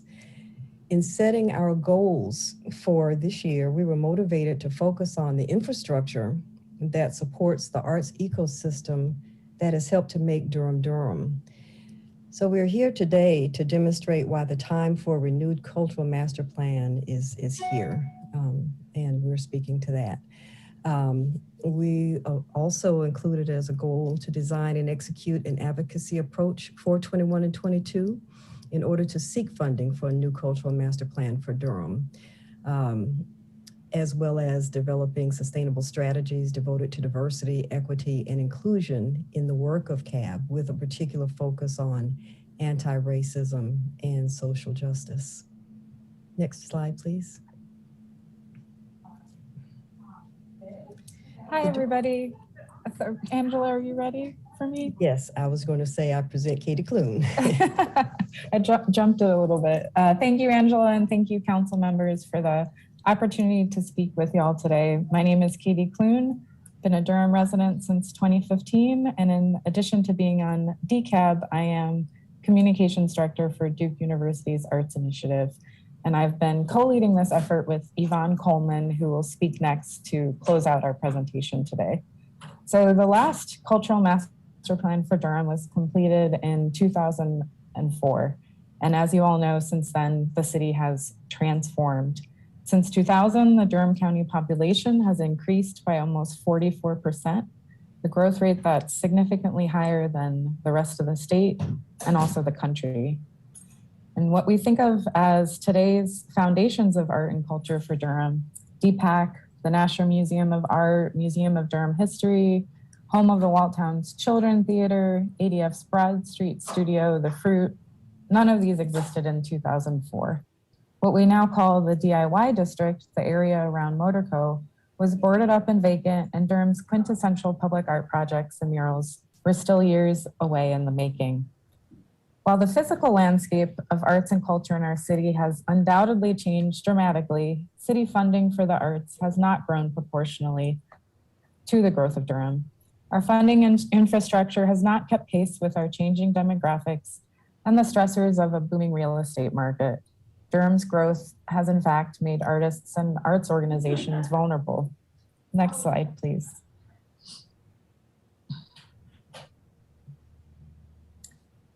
I know some of you will remember that about 2 years ago, a group of independent artists in Durham self-organized to lobby City Council to increase funding to address what could be interpreted as a crisis of support. And it doesn't look like the rest of our news headlines are appearing. There they are, trickling in. At the request of Mayor Schewel, the Cultural Advisory Board formally endorsed this proposal to increase funding for artists and arts organizations by $1.35 million. And then COVID-19 hit. To date, the city and county has not granted any COVID relief funding to artists or arts organizations. Next slide, please. To address this, beginning roughly a year ago, the Cultural Advisory Board began to conduct research to demonstrate the need for evaluating, sustaining, and planning for the future of our arts and cultural ecosystem. And the bulk of this research is in the white paper that I believe you all have had a chance to read, but we will cite a few key findings here. We partnered with the Durham Arts Council, excuse me. We partnered with the Durham sorry, excuse the interruptions. We partnered with the Durham Arts Council to include 5 questions on their COVID impact survey in December 2020 and found that only 77% of the responding arts organizations were confident that they will be in existence in 5 years. 5% said it was a toss-up. We hosted meetings with 3 cross-representative groups of artists and representatives of organizations to better understand the current realities individuals and artist organizations faced and learn the following. The greatest needs were increased funding, both from private and public sources, especially for general operating support, capacity building for staff to meet challenges like COVID-19, and increased diversity and equity training. Programmers wished for fewer financial and logistical pressures around outdoor events, and individuals expressed the need for an entity working to secure private funding for the broader arts and cultural ecosystem on their behalf, and especially for the multicultural intergenerational events that help bring our community together. Next slide, and I'm going to pass it over to Yvonne. Council members for hearing our presentation today and all that you do every day. This meeting is just one such example. So what is cultural master planning? Simply, cultural planning is a process where representatives of the community engage in assessing what we have, as well as developing a vision for the future and creating a plan for implementation. We're using a very broad definition of arts and culture. We are including the arts, sciences, humanities, history, library, arts education, preservation, recreation, and cultural master planning that we would be interested in engaging in will have significant community engagement. The last plan had over 500 people involved. We anticipate this being bigger. What I also want to stress is that we envision our planning process to be different from others in that we would like for creativity and artists to actually be core to the process and not just surveyed and having a round table, but we want to design a process where creativity is the core feature. And of course, cultural and racial equity are essential components. The current plans that exist do not include all of these various things that we're talking about in the need for cultural planning and for the arts and cultural sector. Next slide, please. So why do we need to do it? And why do we need to do it now? The sector, frankly, is fragile. The ecosystem has been fragile, and certainly COVID made it a little worse. And we all recognize that these nonprofits, these artists, these organizations have continued to struggle. Growth and development in Durham is going to continue. And if we don't pause and do some planning now, we're going to look up and some things that we treasure may be gone. The sector generated $154 million in economic activity in 2015. We know that prior to COVID, that number was higher, and it will again be high and exceed 154 million. But most importantly, again, the various plans that the city and the county has engaged in over the last many years have nuggets of what the cultural planning process needs to go further into. And so that's what the plan would be about. And I want to say that the quote from the artist here, Durham has always had an abundance of creative people, but a serious lack of resources. It is very hard to continue to be a part of something that doesn't love you back. And that's a very true statement. Next slide. This slide shows that since 2014, of what we can document, 47 cultural venues have closed. 47. Yes, of course, some have moved and some have been created, but I want to stress beyond this that many artists and creative workers and employees of these important nonprofits have had to move to other communities because they could not afford to live here anymore. They could not afford to do their work anymore. If we don't plan, we will lose more. Next slide. It is critical that a new cultural plan is launched now, and we need to plan for the future. We need to protect what is unique to Durham. We need to continue and sustain what we have. We need to create space for artists and creative and people who are working in these nonprofits at very low salaries to be able to live in this community. And support for the cultural plan will in turn advance some of your stated goals, some of our community stated goals. We want neighborhood revitalization. We want to build community. Economic development is important, but so is racial equity and diversity are all important. So I leave you with this question, these two questions. One, what do you enjoy about Durham in its cultural landscape? What do you wish we had more of?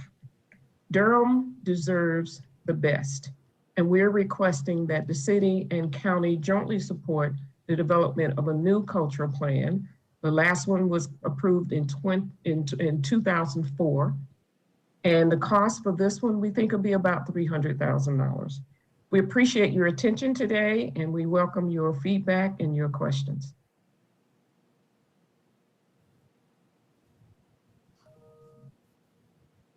So Ms. Austin, Ms. Lee, Ms. Clune, Ms. Coleman, so good to have you here and making this great presentation to us. I know that all my colleagues are appreciative of it, and you did a wonderful job. I also appreciated the inclusion of the white paper, which gave us some more context. So thank you very much. I'm going to first ask if there are comments or questions by members of the council. Colleagues, let me just say that as I speak, I have an extremely loud something going on next to me. And so if you hear it, that's what it is. Councilmember Freelon. Thank you, Mr. Mayor, and thank you very much for this wonderful presentation. I just wanted to affirm the need for a cultural master plan and really just underscore some of the things that you've shared. You know, the creative class in Durham has been such a cultural and economic catalyst for growth, but those same folks who are so instrumental are losing access, affordability, space. As you saw that list of all the places that have moved or closed. In fact, I can think of about 3 or 4 cultural institutions that aren't on this list just off the top of my head. So it's by no means comprehensive. And of course, COVID has exacerbated the closing of so many, and Ngozi Designs and others. BU Cafe, for example, which is on here, it's moved, but they used to do music there. They don't do music anymore. That was a huge loss of a music venue in Durham. So you know, I've always thought of Durham as like the cultural nucleus of our state here in North Carolina, but that, you know, it's fragile. It's just like you said, it's fragile. And there have been some great moves since I've been on council. The introduction of a poet laureate was a great start. But, you know, what makes Durham really special and unique is not by accident, and it takes investment. So I really see the need for a master plan to give us a blueprint. For one of the most important engines, not just economic engines, like the 154 million in 2015, that's wild. I can't imagine, you know, what it will continue to be as Durham continues to grow. But not just the economic engine, it's like the spirit of Durham is in our art and in our culture. It's what makes us different from Raleigh and Charlotte and the particular vibration of our culture workers and movement workers and art folks even distinguish us from others who are creative, like the Ashevilles and the Carboroughs. We're not the only creative city in the state, but we have a particular tradition of people of color doing really important art and creative work here in Durham that we want to support, that we want to nurture, and we want to be here as Durham continues to grow. So that's it. Just, you know, wanted to raise the roof with y'all for a quick second and say that I'm in full support of this and look forward to, you know, supporting it in any way I can. Thank you very much, Councilmember. Councilmember Freeman, and then Councilmember Reese. Thank you, Mr. Mayor. I want to echo Councilmember Freelon's sentiment in that the losses are great, and it's hard to unwind them from the fact that this is the culture capital of the Triangle. And knowing that I live in a very arts district area, I can see the difference pre-COVID to now, and it's really harmful, which is why when I proposed the Black Artistry Celebration project, knowing the healing powers of what art does for people's soul, I'm afraid of what's next, how stale and bland Durham could become. And so I'm really excited. I'm grateful for Ms. Coleman's continued work around this. I just know that I just keep reminding myself this retirement thing does not end up in retirement. And so Steve, you might want to be careful here. You might end up being an artist in this at the next iteration of your retirement. But it's just it just ties us all together in a very centered way. And I just want to make sure that we don't lose the opportunity to also incorporate the aspects of folks, especially children with special needs, and tying in people with disabilities. This plan, when you talk about race equity, it's not just limited by race. The equity aspect of it is all of the isms. And so what's missing is what harms us. I think I've said a lot of times, like, it's really interesting. We don't have a symphony. We don't have like all of these pieces that I miss growing up in New York, and we're almost there. So I just want to make sure that I also echo that I'm very much in full support and look forward to seeing what comes out of it. Thank you. Thank you very much, Council Member. And absolutely, I'm going to emulate the retirement practices of Yvonne Coleman. I can tell you that right now. Council Member Reese. Thank you, Mr. Mayor. Look forward to seeing the artistic output that you create after you're done with your service to the city in this forum. Really excited about that. I'd leave off the poetry though. You've got another person living in your house who's got that market cornered. I want to thank y'all for bringing this to us. I'm very excited about it and intend to advocate for the funding to move this plan forward. I also wanted to say how much I learned in my time as the City Council's liaison to the Durham Arts Council, how important art is not just to the soul of Durham, which I think Councilmember Phelan spoke very eloquently to, but also to the pocketbook of Durham. It is a huge economic driver for our city. And the loss of the independent theaters during COVID was only an acceleration of a process that had been ongoing for some time.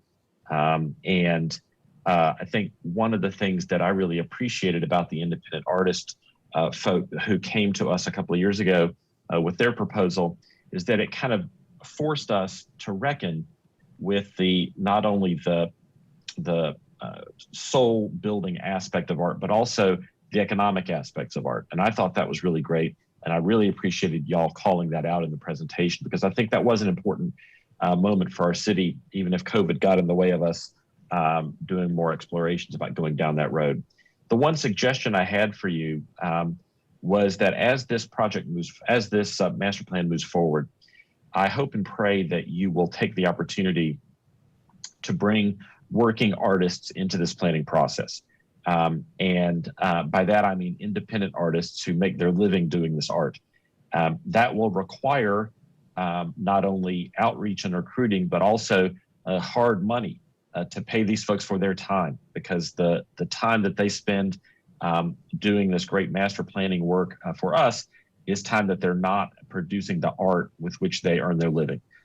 So that is really, really important to me, and something that I'm going to be looking for as this moves forward, because we have to honor that. The people who are making art right now are the ones who should be guiding this process.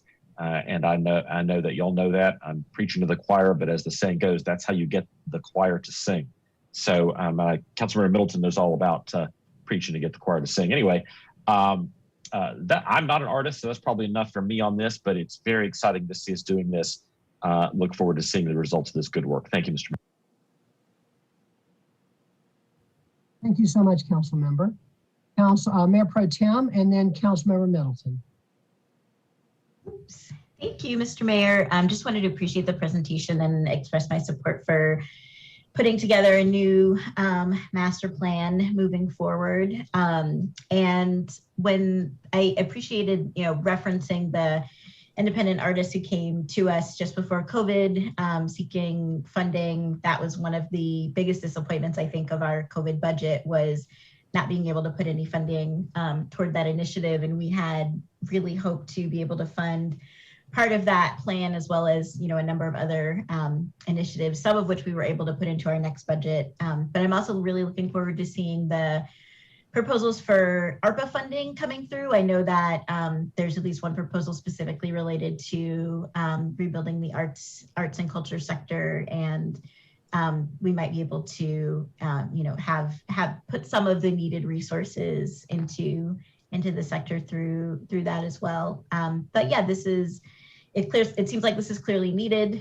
It's an important moment. We've got some really exciting heavy hitters who are on board to make it happen. So it seems like seems like this is something the city should definitely move forward. And thank you all for your time and for doing this work. Thank you, Mr. Mayor. Thank you very much, Madam Mayor Pro Tem. I think I'll call Councilmember Middleton next. Thank you, Mr. Mayor. I appreciate you. And I want to thank you, all of you, for being with us today. Summer, good to see you. And Sister Coleman and Sister Clune and Angela Lee, thank you so much for all you do in our city at Haiti. And I want to particularly thank you for the assistance you've rendered to us in getting the 1,000 Black Men initiative off the ground as well. Invaluable. I know it goes unheralded a lot, but we deeply appreciate what you're pouring into us and what you have poured into us. I'm excited about this plan, but it's hard for me to think about this plan moving forward without thinking about what's going on in Durham holistically and what our artists will have to ruminate on and to inspire them, and what about our city will serve as muse for them. You know, our artists in many ways are prophetic. They have a prophetic role. They help us see the sacred in everyday mundane things, kind of stir us to see things that we didn't see. And I've spoken about our need to have Marshall Plan type investment in our legacy Black neighborhoods that so often provided the context for these artists, the raw materials for the artists, the sights and sounds and smells of these ethnically tinged neighborhoods, these legacy neighborhoods in our city. And I'm concerned about not about what they will be producing, but what they will have to look upon in our city, the flavor of our city that will inform their art and inspire their art. So I'm very excited about funding this master plan, but I'm going to be very transparent that I see this funding for this as part and parcel of what we need to do to stabilize and restore and preserve our legacy Black neighborhoods. When if you look through history, these have been the hotbeds where these artists have, particularly when you talk about an equity lens, where these artists have been produced. The Harlem Renaissance was in Harlem, funded in large part by downtown salons, but there was something about that area, the place, and the preservation of that place. Now, I speak of Sweet Auburn in Atlanta, I speak of Sugar Hill in Harlem. So I think as we move forward, at least for me, this funding is not just gonna be about preserving our artists or funding art, but also preserving the raw materials of their art. That is our very city, the neighborhoods that we, I just don't want to romanticize about Hayti and romanticize about Bragtown and have lament pieces about Merrickmore and its demise and what it used to be. But I want those areas to be the new hotbeds to inspire these artists as well. So I say all that to say, I'm certainly going to support the funding, but I'm going to be looking for it to be tied to funding also to restore and preserve and protect our legacy Black neighborhoods like the United States did for Europe after World War II. We need a Marshall Plan for our legacy Black neighborhoods, and much of that funding, at least I can see, would go very much to our art and what we produce to inspire us and to remind us that there are higher things when the mundane things are challenging us each day.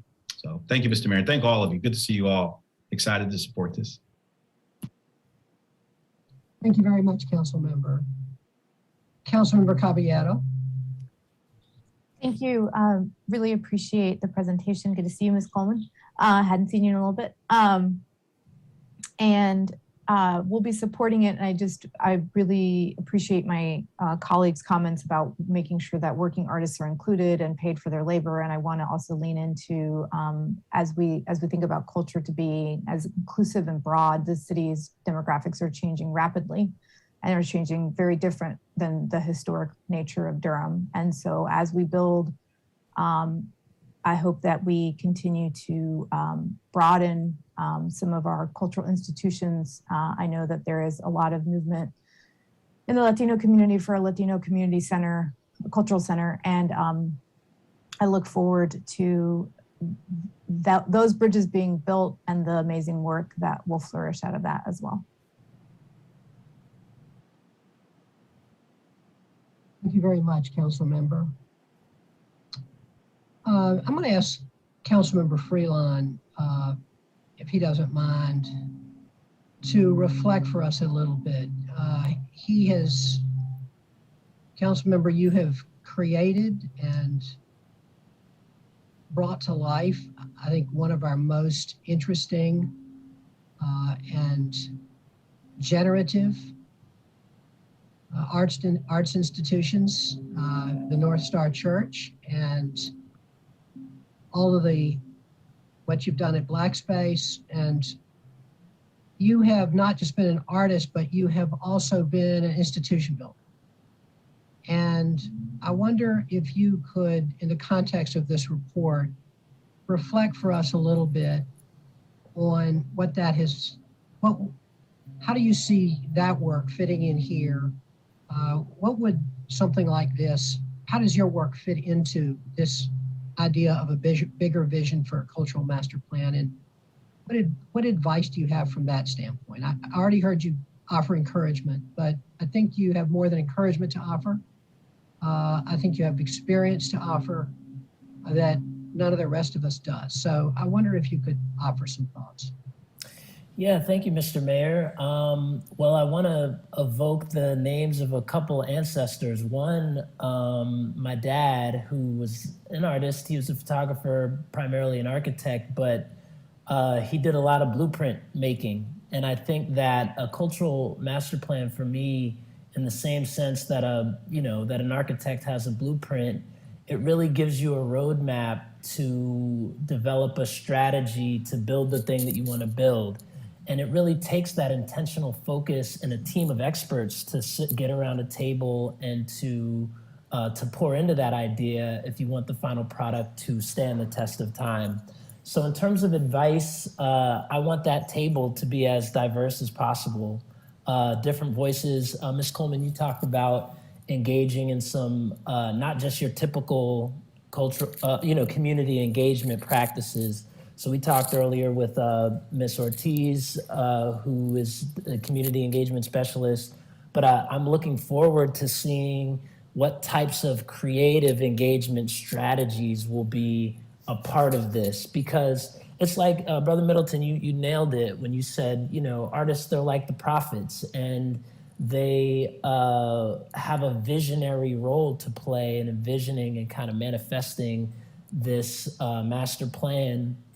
And honestly, they've been suffering a lot from gentrification. A lot of the artists that come to North Star, they're like, thank you for creating a space for us. We've been priced out of this space. We used to put art up at the Carrick, or, we used to be down with the Durham Artists Guild, and, those things have closed because they can't afford to keep up with market rates. And, we need to think creatively. It's really a lack of imagination that is keeping some of these folks out of access to what they need.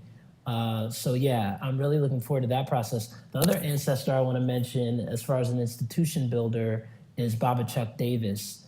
And to think about just the enduring legacy, it's not just the African American Dance Ensemble, it's Bimbe, it's Kwanzaa Fest. He built things that the city has invested in that have outlived him. And, I think getting cultural movement workers involved in the process will be really important, but also thinking about institutions. I like that you brought that up, Mr. Mayor. I think creating and preserving institutions that can ensure that these things continue to thrive and are a part of our annual budgets and a part of our, public safety strategies, and, just thinking about the various departments that could benefit from a creative lens being placed, almost like we have an equity lens. I think that Durham can have a creative lens that is interdepartmental. And those are some thoughts. Thank you for the question, Mr. Mayor. Thank you, council member. I really appreciate that. Other comments, colleagues? I have a couple of comments.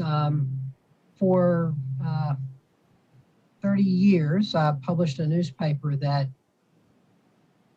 our bread and butter, although some people think it was politics, was really coverage of the arts.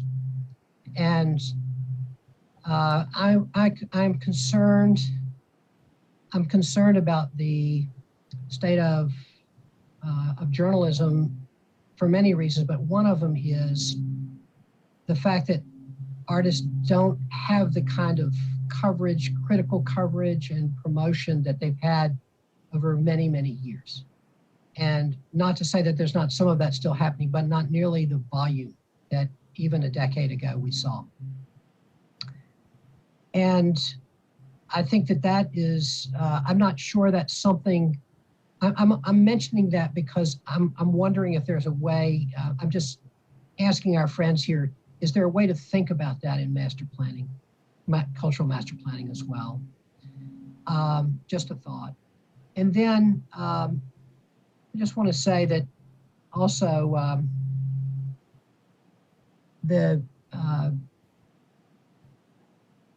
I was one of the founders of a music festival, Hopscotch. Not a it has never been, it's not financially successful, but it has been, and I did it for 5 years, and I experienced a lot of the same pressures that you all are talking about in the white paper, and I understand how hard it is, not just to be an artist, but to be a producer of art, and supporting artists in that way. And just want to second everything that my colleagues have said about the importance of the work that you all are doing. My question is, what is the timing in terms of the funding that you need? $300,000 was the number that I heard. And what's the timing? Is this all money you want in 1 year? Do you want it next year's budget? What are you asking us for, more specifically?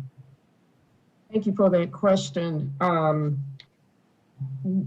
Ideally, we would like to launch the plan in 2022.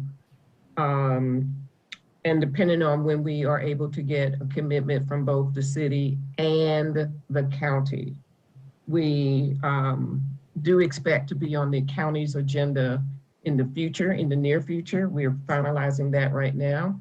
And so when we have secured the funding, if there's opportunity to receive funding through ARP, which again, we want to remind both bodies that you really haven't supported this sector the way that many of your peer cities have done with ARP funding. If that becomes available, that's a source where we may be able to move a little faster. But we certainly hope by July that we're in the planning process. There's a lot of work that needs to be done prior to that, not just the funding, but also constructing and recommending the co-chairs and organizing steering committee and all of those kinds of things, identifying project manager and project management, et cetera. Just to expand on that a little bit. So if the funding, I think the ARP funding, I don't believe that, I could be wrong, but I think that our kind of proposal timeline, there are, as Mayor Pro Tem mentioned, at least one, I know, proposal in the ARP potential pipeline, but it's not this exactly. So if there was money budgeted and you knew, let's say that you knew our budget was moving forward next year with this funding in it, Ms. Coleman, are you saying that you would take those initial steps prior to, there are initial steps that you would take prior to the actual allocation of the funds at the end of June? Yes, there's some organizing that needs to happen, more organizing that needs to happen. And the Culture Master Plan is one of the line items in the ARP proposal that is before the city and the county. Okay, good. I didn't realize that. Thank you. Okay, great. That's very helpful. Thank you very much. And one final question, and then Council Member Freeman, I'm sorry, I'll get to you 1 second.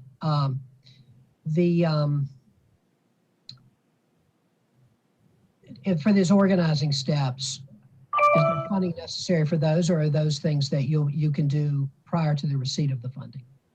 Well, frankly, one of the major steps in creating a culture master plan is determining the client So we will need more buy-in from the city management, et cetera, as well as the county, because the client for the plan will be the local government entities. That's the normal way in which master planning is done for something on this scale. So, after the election, there will need to be more conversations and buy-in, and then we can kind of move forward. We are, as volunteers, can only do so much, but we are absolutely committed to supporting getting a structure in place. There's a lot to be done, including steering committees, formation, all of that. But we need to get past this election and have conversation with new leadership, and including the city and county managers, and move forward. And thank you, Ms. Page, for your support. Thank you, Ms. Coleman. Councilmember Freeman. Thank you. I appreciate all of the comments that have been shared, and it kind of gets a whole lot more of the ideas going. I just want to say to Mayor Schul's point around the journalism, I think there's a great opportunity brewing around some of our collegial papers and high school papers, and even like the Durham Voice. So the Echo, the Chronicle, the 9th Street Journal, like if there's a way to pull those folks into this process as you're organizing, I think it kind of gives you a kind of a megaphone in the conversation. It also gives those students a chance to write. And I would also add that there are a number of planning projects happening right now. It would probably be good to partner in. I can speak specifically to one that I'm a part of with St. Philip's and the campus study, and just acknowledging that there's a lot of arts-focused conversation, but the actual actions are missing. And so I just don't want us to limit this to just the local government and the conversation that we're having right now. And so I would love to have a further conversation. And I'm guessing that this is going to happen at the CAB. So I'll make sure I join in the next meeting or so. But thank you. May I respond? Yeah, of course. Thank you for your comments. It's important that everybody, everything is involved, and so I certainly would like to have some additional conversation with you and others about who might be all of those different kinds of players. And I want to stress that there's a committee of CAB that's working on this, and we also have a working committee initially of others in the community. So there are lots of people behind us, and it's just not the three of us working on this. So I wanted to acknowledge and to thank them publicly as well. Thank you, Ms. Coleman. Other comments, colleagues? Any other comments?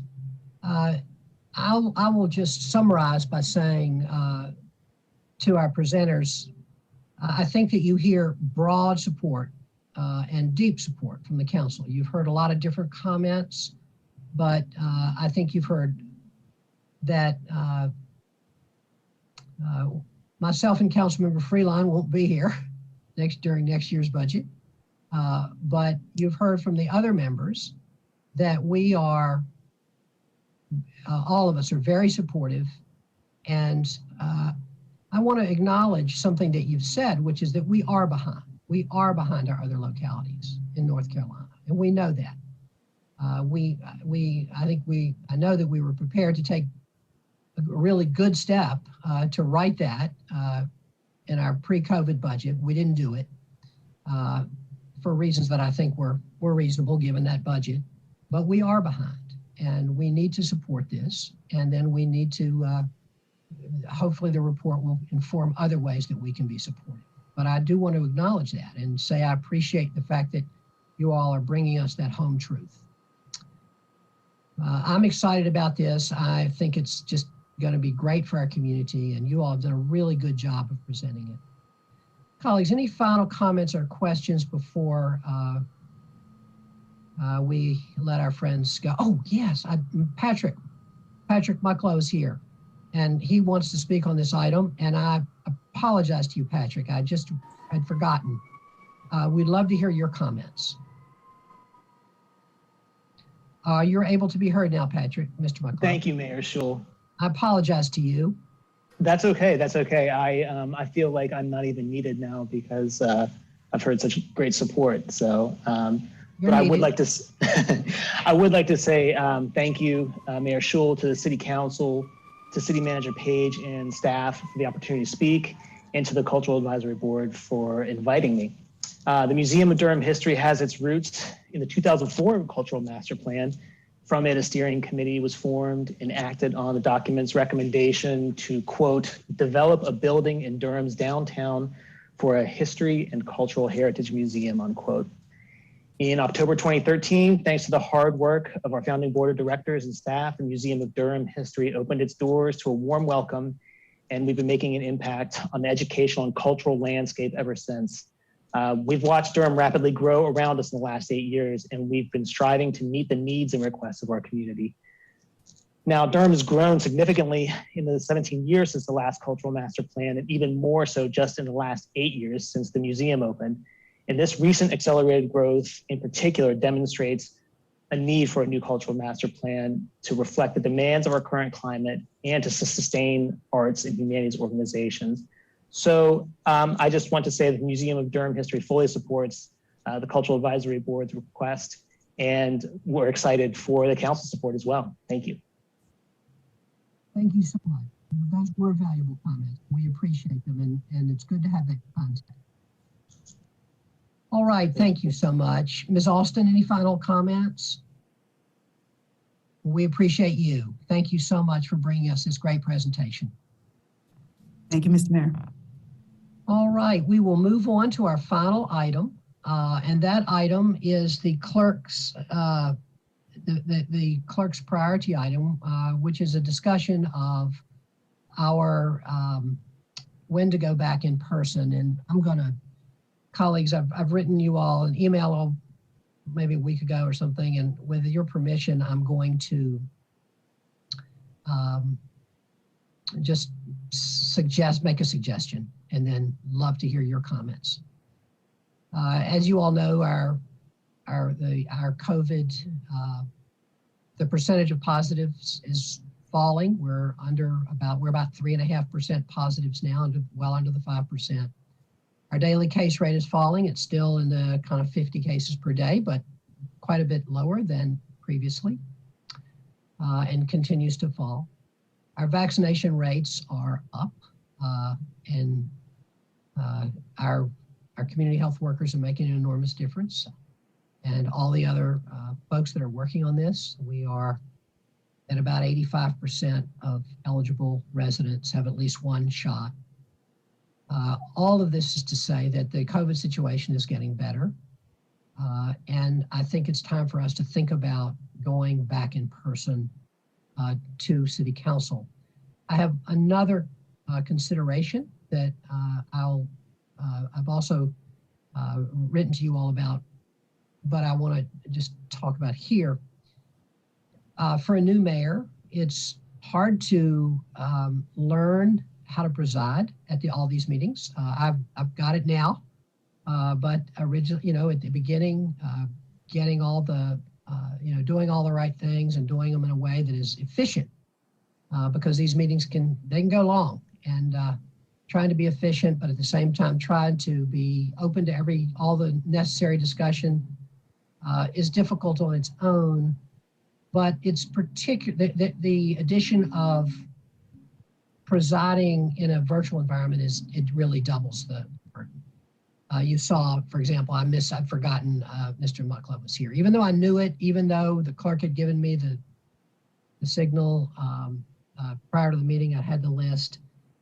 There is so much more to monitor in the virtual environment. Texts from the manager, perhaps, chat from the clerk. It's harder.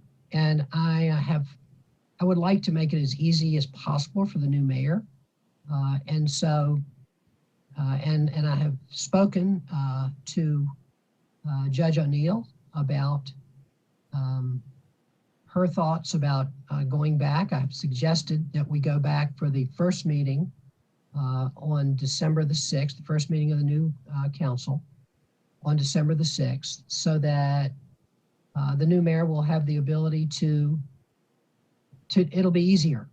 And instead of being alone at home with a computer and lots of stuff flying at her, she will have the city manager on her right side, the city attorney on her left side, the city clerk in the room, and only the chamber to monitor.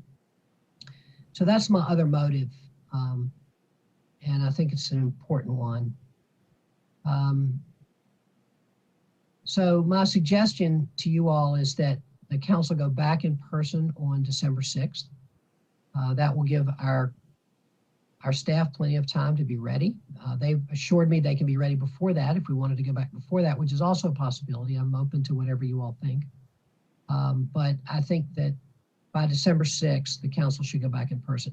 Let me mention that we still have an indoor mask mandate. We may not have that mandate by December 6th. I'm not sure. But if we go back in person and we have the mask mandate, we'll have to abide by that mandate. That's just something to keep in mind as well. So those are my thoughts, colleagues, and happy to hear your thoughts about them as well. Councilmember Middleton. Thank you, Mr. Mayor, so much. Your foresight and sensitivity to the transition process, I just underscores who we all suspect you to be in this city. So I want to thank you for that. There's no doubt that when Her Honor takes the gavel, that she'll be surrounded by a team that will do nothing but work to ensure her success and help get through the vicissitudes of holding the gavel. So I'm confident of that. I do want to say, I'm glad that the numbers are trending in the right way. And I'm not a medical expert, but my suspicion is that between December 6th and our next actual meeting in November, I don't know if that's, if that's room for much more improvement. So personally, as by my calculation, I think that will be your last full meeting and last work session. I'd like to see you in the chamber, actually. I'd like to see those meetings occur in our chamber with you in that seat, barring any significant upticks in the numbers, or if the numbers go the wrong way. I'd be amenable. If this doesn't place undue pressure on the staff, I'd like to come back in person for our next council meeting and the work session after that, and kind of already have some momentum in the room when Her Honor takes the gavel in December. So that's just where I am. Thank you, Councilor. So for the second, you're saying for the second November meeting, be back? Yes, sir. Okay. Yes, sir. Council Member Reese. Okay, yeah, thank you, Mr. Mayor. Gosh, I wish I had gotten to go first, because that now I have to think about that on the fly. Golly gee. Yes, I did actually say golly gee. Y'all don't give me a hard time. Yeah, I think I could do that. That's not a problem. I think we are in a much better place than we found ourselves in when we decided to stop meeting in person most recently. I guess the only thing I would add, and I appreciate all the thought that you've put into this, Mr. Mayor, and your leadership of the city throughout this entire pandemic and making these tough calls.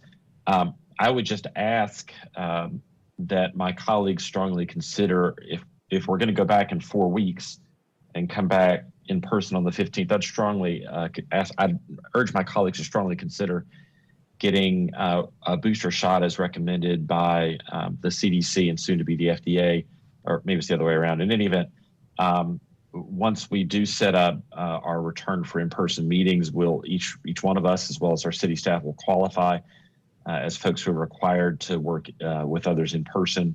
And I think whatever we can do to protect each other, and perhaps more importantly, the folks in the public who want to come to attend, I think we should do.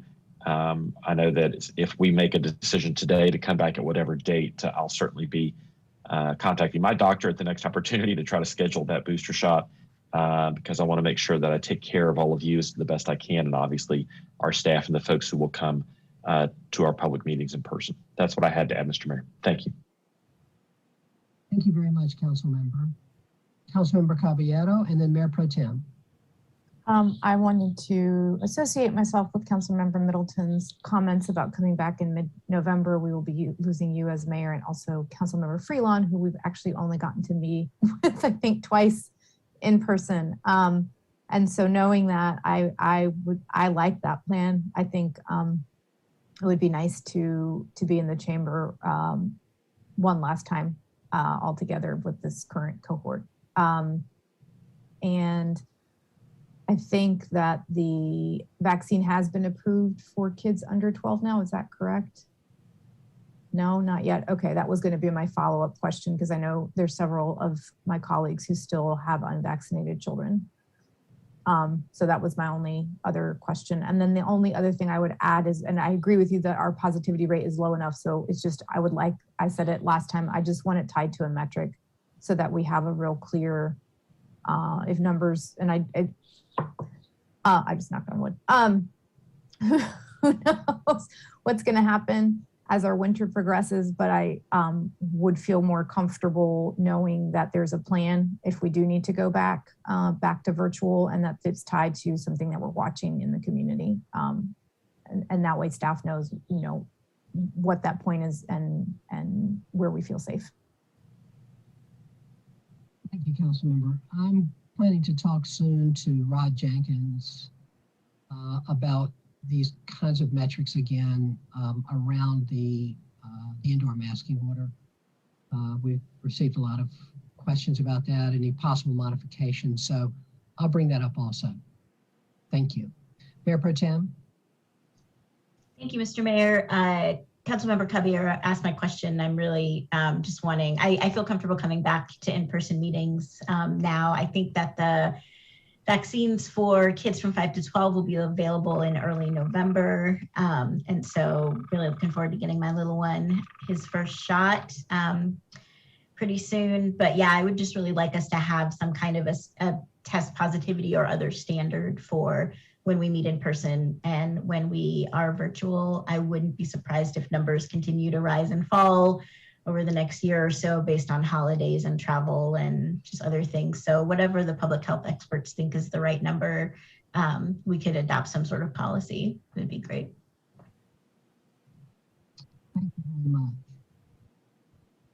Other comments? I got a thumbs up from Councilmember Freelon. I'm going to just thumb up Councilmember Freeman.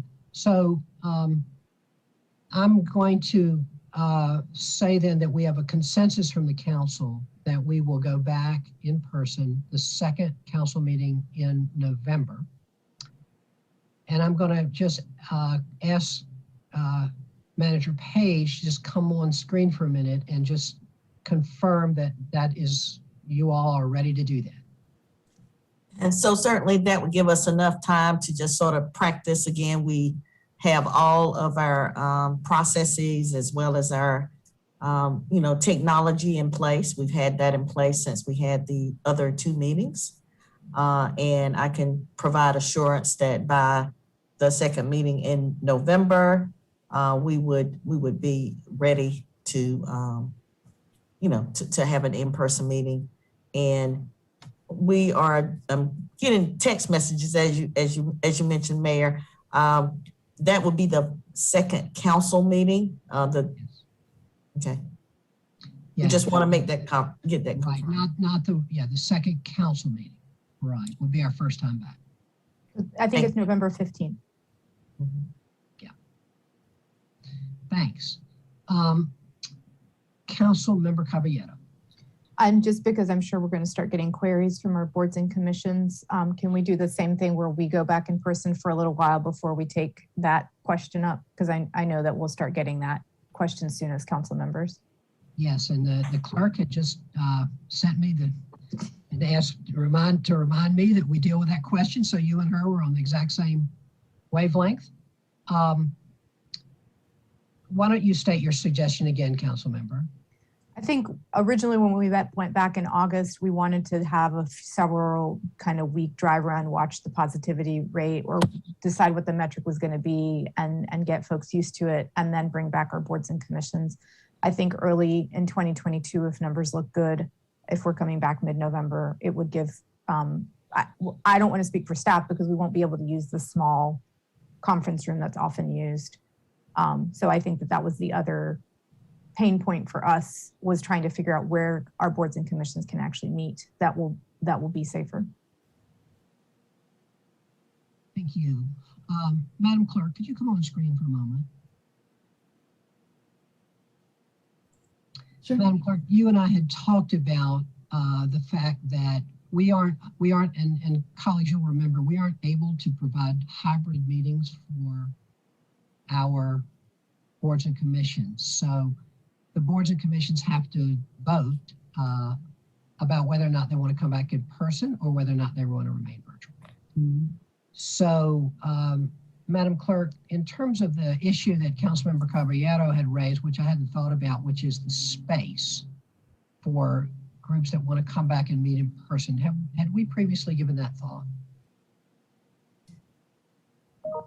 Well, the committee room is not being used by the City Council. We are using the chambers for both our council meetings and work sessions. I think the committee room does offer plenty of space for boards and committees. They will not be online. They will just be meeting, strictly in person. But that is an option, but I don't think we have committee room space for all of our boards and committees. That's the other issue. Yeah. So, colleagues, Councilmember Caballero has proposed that we give our, we let our, let me try to phrase it, Councilmember, and if I missed it, you can let me know.